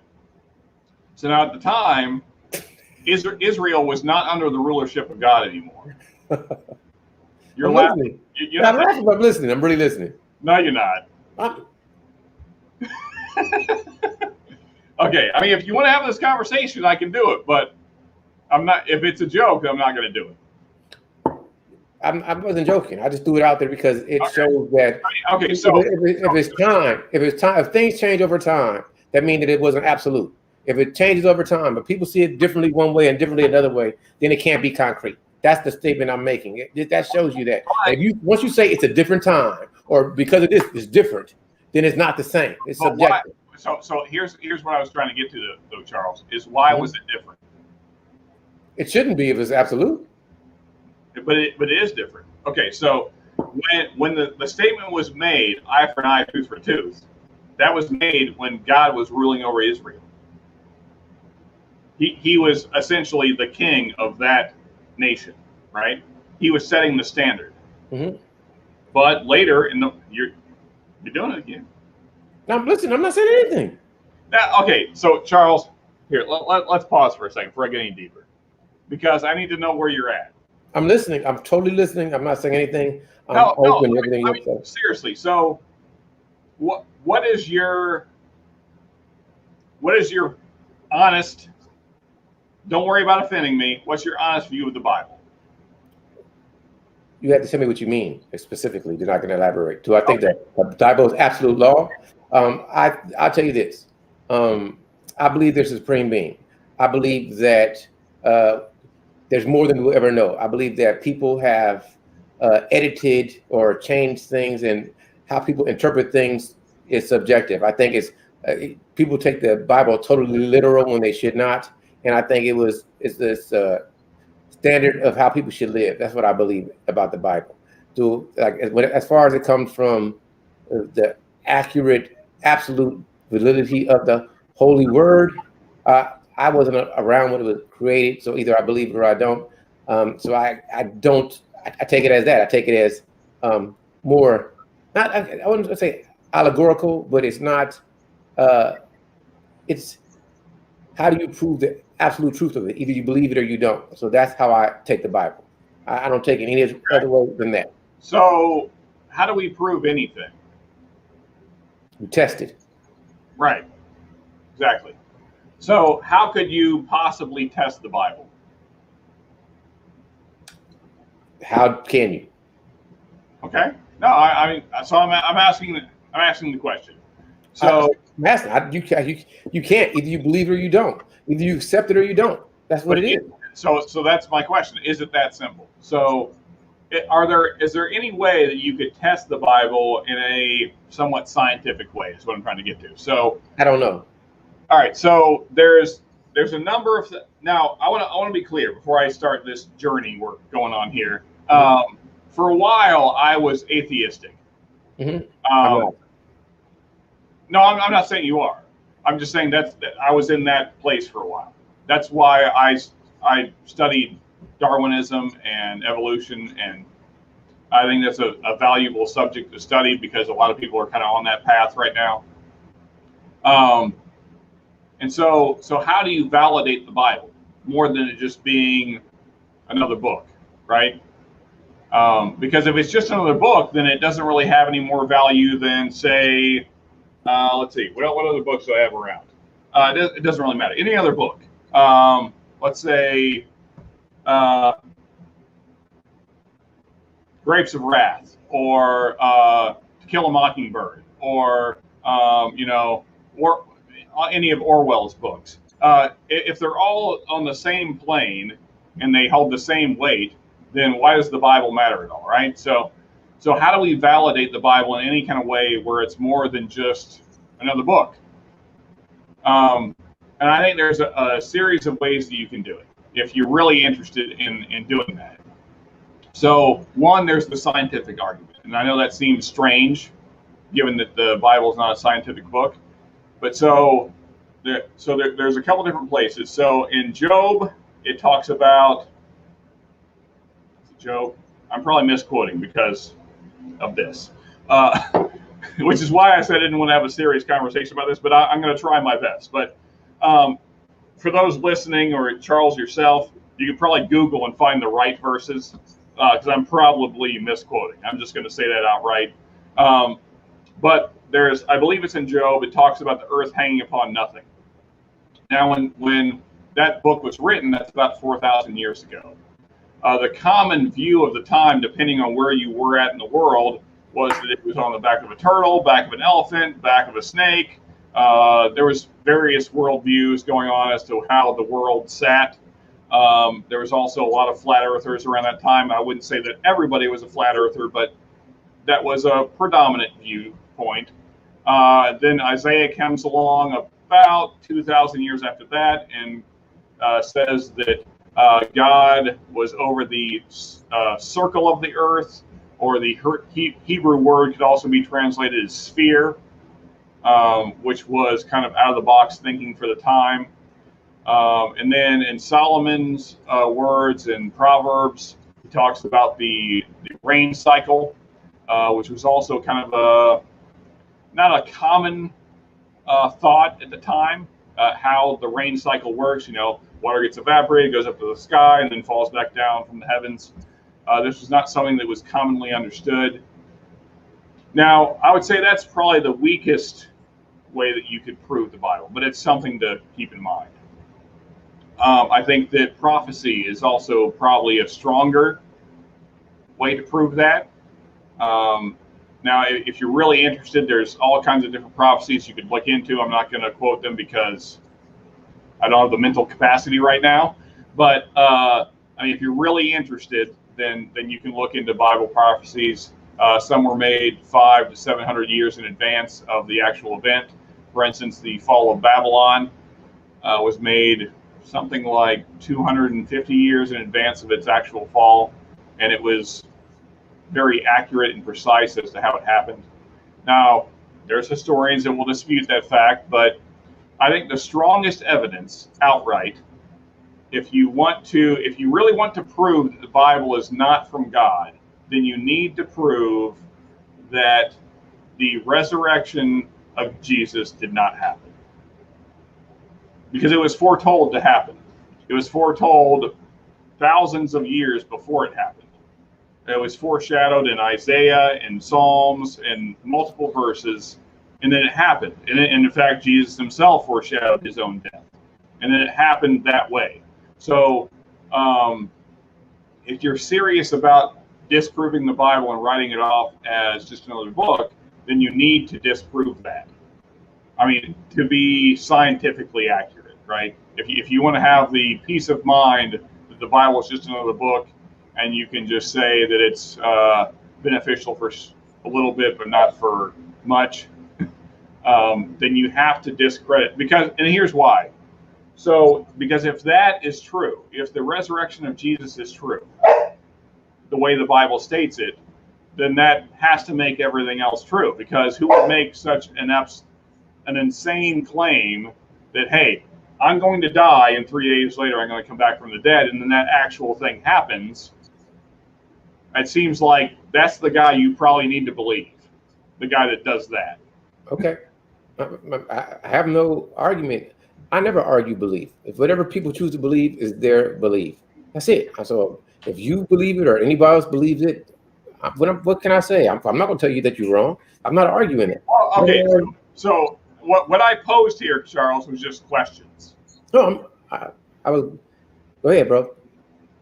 No, that's all I'm saying. So what I'm saying is that I went from where I was, being the person we talked about earlier in this live, being essentially an atheist, to where I am now because of that study. Understood. And so I don't take it lightly, because it's not as simple as just, this is just a book. Understood. And believe me, there was a time where I thought of it that way. There was a time where I thought of it as it's just a book. And there's some good points in there, and there's some stuff I don't agree with.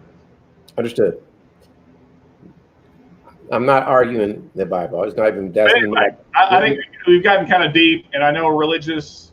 No, it's cool. It's good. Points are kind of divisive. So let's get back to whiskey. I want to say one thing, and okay. It has nothing. For me, my only argument was over morality, and how I view it is that if you look at the world, I'm not going by any book. I'm not going by anything other than observing how people operate, and when people say that's wrong. If everybody thought wrong was the same, then everybody would feel that something that everybody did was wrong. Most people will say it's not wrong to me. And I'm going by that, the individual. That's all I'm saying. Most people don't agree on what is wrong. And that's my statement. Some parents think it's wrong to whip their children. It's immoral. Other people think it's not wrong. That's subjective. That's what I'm going by. I'm not using anything other than my analysis on how humans operate from what I can observe, which I can see. That's it. Nothing else am I arguing from. Just that point of observation of people. And that's why I made a statement. Some people will get a tattoo on their head and think there's nothing wrong with it. Some people are like, "Ugh, I would never do that." You know what I mean? That's so gross. That's sick.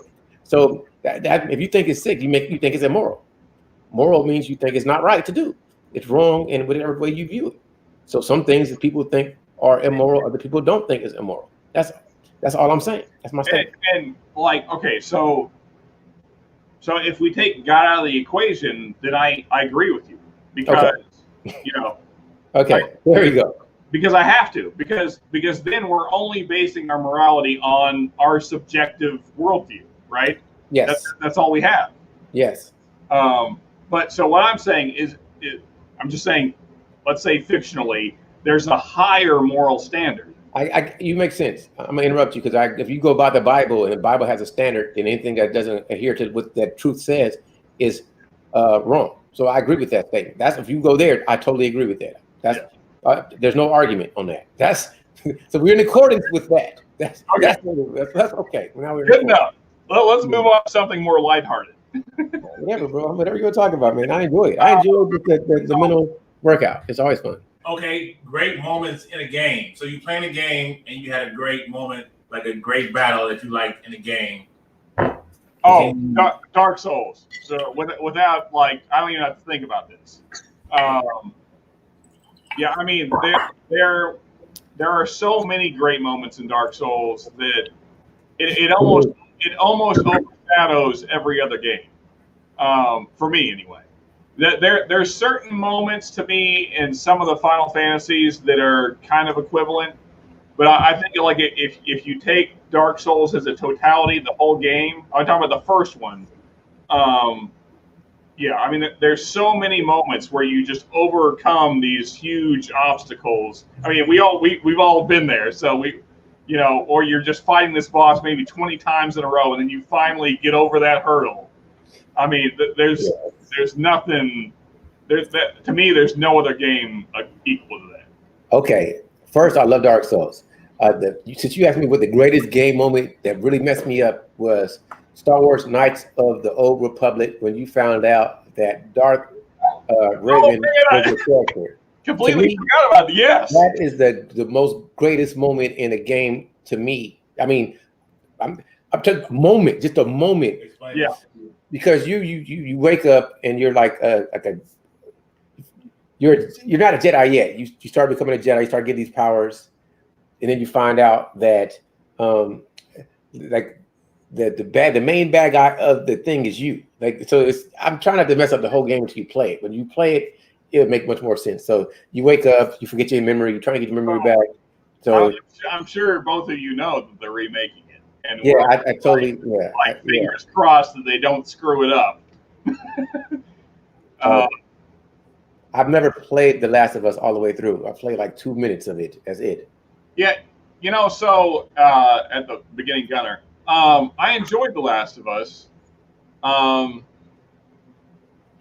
don't know, like it doesn't have that. I think I'm with Charles on this.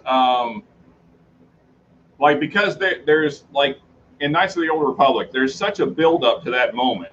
Yeah. That I mean, I can see how there's kind of that moment in The Last of Us, but to me it's not the same payoff. It's I don't know. Maybe it's just because that's not my favorite genre, but I mean, so I think I kind of misinterpreted B's question. So I was thinking of just like small moments, like kind of obstacles in the game. Anyway, Charles, I'll let you continue. Yeah. So what's your favorite moment? I liked. Okay, mine goes back to Max Payne. Remember the game Max Payne? Yeah. Yeah. I think this was part 2. Mm-hmm. So part 2 where you get in the fun house and you having a gun battle in the fun house. Mm-hmm. I remember liking that. And what was the 2 dudes you fight in Dark Souls? The Smog or the Demon Slayer? Yeah, the Demon Slayer and the big hammer. Yeah. Smog and the Dragon Knight, what's his name? Yeah. I had fun fighting them. Like it was just like it was amazing that I had to fight. I couldn't believe that they wanted me to fight these 2 big dudes like that. Like that was amazing to me. Okay. Since you guys went to Dark Souls and we had a conversation about it earlier, when you come to find out in Dark Souls that Gwendolyn was a man. So you know what I'm talking about, right? I'm trying to remember. Am I thinking of the first Dark Souls that make? I want to make sure my memory's right. When you fight, there's like the fat dude and like the small guy in the palace. Yes. That's the first one, right? That's the first one. That's what he was talking about. It's the same place. It's the same. If when you start reading the item descriptions, everything about it, you find out that first it's an illusion, and it's a man, and then the other one is down below, the dark the moon knight or whatever it is. The crown. Yeah, but they're both. I remember vividly the first time I beat them and the first time I beat Sif, the wolf. Yeah, that was dope too. Yeah, that was a good fight. I mean, mainly because up to that point, there wasn't really a big challenge boss-wise. I mean, to me anyway. Mm-hmm. So I was kind of underpowered when I came to Sif, and man, he destroyed me. I mean, and so it took a while for me to kind of go back and like find items and build myself up. And then when I finally beat him, that was an accomplishment. Because man, he was. Did you play all the? I'm pretty sure you did, but when you played the DLC of the first Dark Souls, and you found out that you were the person who killed the Abyss, not a tourist, and a tourist went crazy. That blew me away too. Like when you kind of find out that you're the chosen undead, you are actually it. You know, you're it. That's kind of dope. Yeah, because I like the way they build Arturus up. Like he was like the man, and then you get to he's still dope, but he's just the fact that he didn't conquer the Abyss. It was you, and if you watch it, you can see because the wolf Sif doesn't even it shows you honor before your fight. Remember, because you played Sif in the DLC content. Like it's dope, man. They did a really good job of that story. You know, so like there's this kind of like great way to storytell. You know, it's showing, not telling. Yes. And Dark Souls does that perfectly. I mean, through the whole story, so little is said, but you get so much from it just based on what you see. It was the first game that really do that. Like other games, even Breath of the Wild did that. They stole it from Dark Souls. No Man's Sky, you play is the same way. Like the story is told through the stuff you get and talking to people. You find out what's going on. Or instead of you got to play the game to get the plot. Something else is like that where you got to play the game. The story is in the playing of the game. The weapons. You be like, oh, okay. And Breath of the Wild does it hard, doesn't it? Yeah, it does. It does. What about most hated part in the game? What do you mean most hated? I hate it. To this day, I hate it. Speaking of Max Payne, remember those dream sequences in the first Max Payne, and you had to like follow these bloodlines. And it was like a nightmare. I think. Oh, okay, go ahead. I got to answer. Remember. I got one. Huh? I got one too, but continue. Oh, I'm finished. I interrupted you. It was a dream sequence in the game. The game was fantastic, but this, I think it happens 3 times. A dream sequence where you gotta go through, Max Payne's wife is murdered or whatever, and you gotta go on these bloodlines.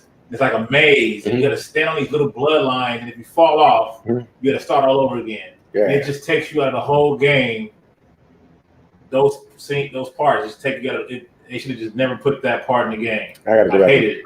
Okay, for me, first, I'm gonna ask a question, then I'm gonna go in. I'm gonna ask you a question. But for all of you, what is the hardest game you ever played? Hardest game, other than Dark Souls.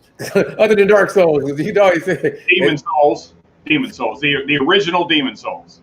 Yeah, okay, let's take all the souls, even Bloodborne out. I would say Cuphead was pretty dang hard. So, have you guys played the original Demon Souls? Yeah. Look me up on Man. I don't know if I got quite 100%. Yeah, I'm pretty Dark Souls. I mean, as far as like on a difficulty level, that makes Dark Souls seem like a cakewalk. Like, I memorized Demon Souls. Like I knew all the levels. Like I knew I could almost play Demon Souls and not like you're gonna get hit, but like just perfect. Like I was never as good on Dark Souls as I got on Demon Souls. Like I know Demon Souls so good that in a way it was more atmospheric to me than even Dark Souls. Dark Souls had a better layout, but Demon Souls had like some of the levels was like when the jellers and they got the little things, ding ding ding. You know what I'm talking about? Holding little, and you freeze. Yeah, I did not want to be there at all. Yeah, that it was so scary. It was the first one that really was scary to me, like really scary. I hated too what was the swamp? You constantly getting poisoned. Yeah, I hated that place too. Oh man. Yeah, I think Demon Souls Swamp was way harder than Dark Souls Blighttown. I do. I agree. Oh yeah. But let me get into this. The hardest game I think that I have ever, I could be wrong, that I've ever played so far, may be Hollow Knight. I think I said that right. I still haven't. It's so hard that I didn't actually quit. I just haven't went back to play it because I know I'm gonna die, and I'm like, am I in the mood to die for 2 hours before I win? Like I don't. Sometimes you got to be in that mood. Like who would I fight after Dark Souls 3? Let me say when we was playing it. How long it took me? Like in Dark Souls 3 when they got Arnon Lando and you go back and you got that the dude that got the long I can't think of his name. Swords, right? Yeah, whatever. The other, and it took me. You sat there and watched me play. It took me like 2 hours to beat it, to finally get the pattern down. And which guy? When you in Dark Souls 3, they got Anand Lando in Dark Souls 3, and then you go to I can't think of his name. It's when you get up into the cathedral again, and it's the dude with the long thing behind him, and he shoots all these things out. Real quick, sorry to interrupt. Thank you, Commandante Ludus, for sticking with us this long, man. You've been here for like 3 hours, so appreciate it, man. This is like your third live in a row, so thank you for hanging out with us, man. We'll chat later. Anyway, continue, Charles. Hollow Knight. If you never play Hollow Knight, you need to. And it's the most hardest Metroidvania Dark Souls-like game I've ever played. I'm deep in it, but it's hard. Like some of the levels are so punishing that even like you got to go through it. Like you can't just like with Dark Souls, you can kind of get a pattern and learn where the boss is and run past everybody and not get hit and then fight the boss, right? Or there's a bonfire close enough that you can get to the boss without getting hit. And Hollow Knight, they got levels that's so torturous that if you're platforming, like you're gonna get hit because it's like it's just made to punish you, and you can probably get perfect, but it's gonna take you so much muscle memory, so much practice that you just get sick of it. Because I don't want to take 20 minutes, take my time not to get hit just to get to the boss and die, and I got 20 minutes to get back again and make me quit. So I have two fights like that in my memory. Omega Weapon in Final Fantasy VIII, and what's the thing in Final Fantasy 12? I can't remember the name of the thing. The big dragon that takes like 4 hours to beat, and like if you mess up one time, it's all over. You want to hear a joke? I have Final Fantasy VIII. I'm pretty sure I have Final Fantasy 12 too, and I have not played either of them. Charles, I'm disappointed.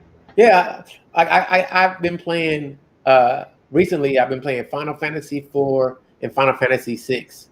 Okay. And I'm on the Nvidia Shield, which is like the most awesome device ever made. I promise you, it's the most awesome device ever made. If you don't have one, you should have bought one yesterday. I didn't know it was this awesome. It is like more awesome than anything.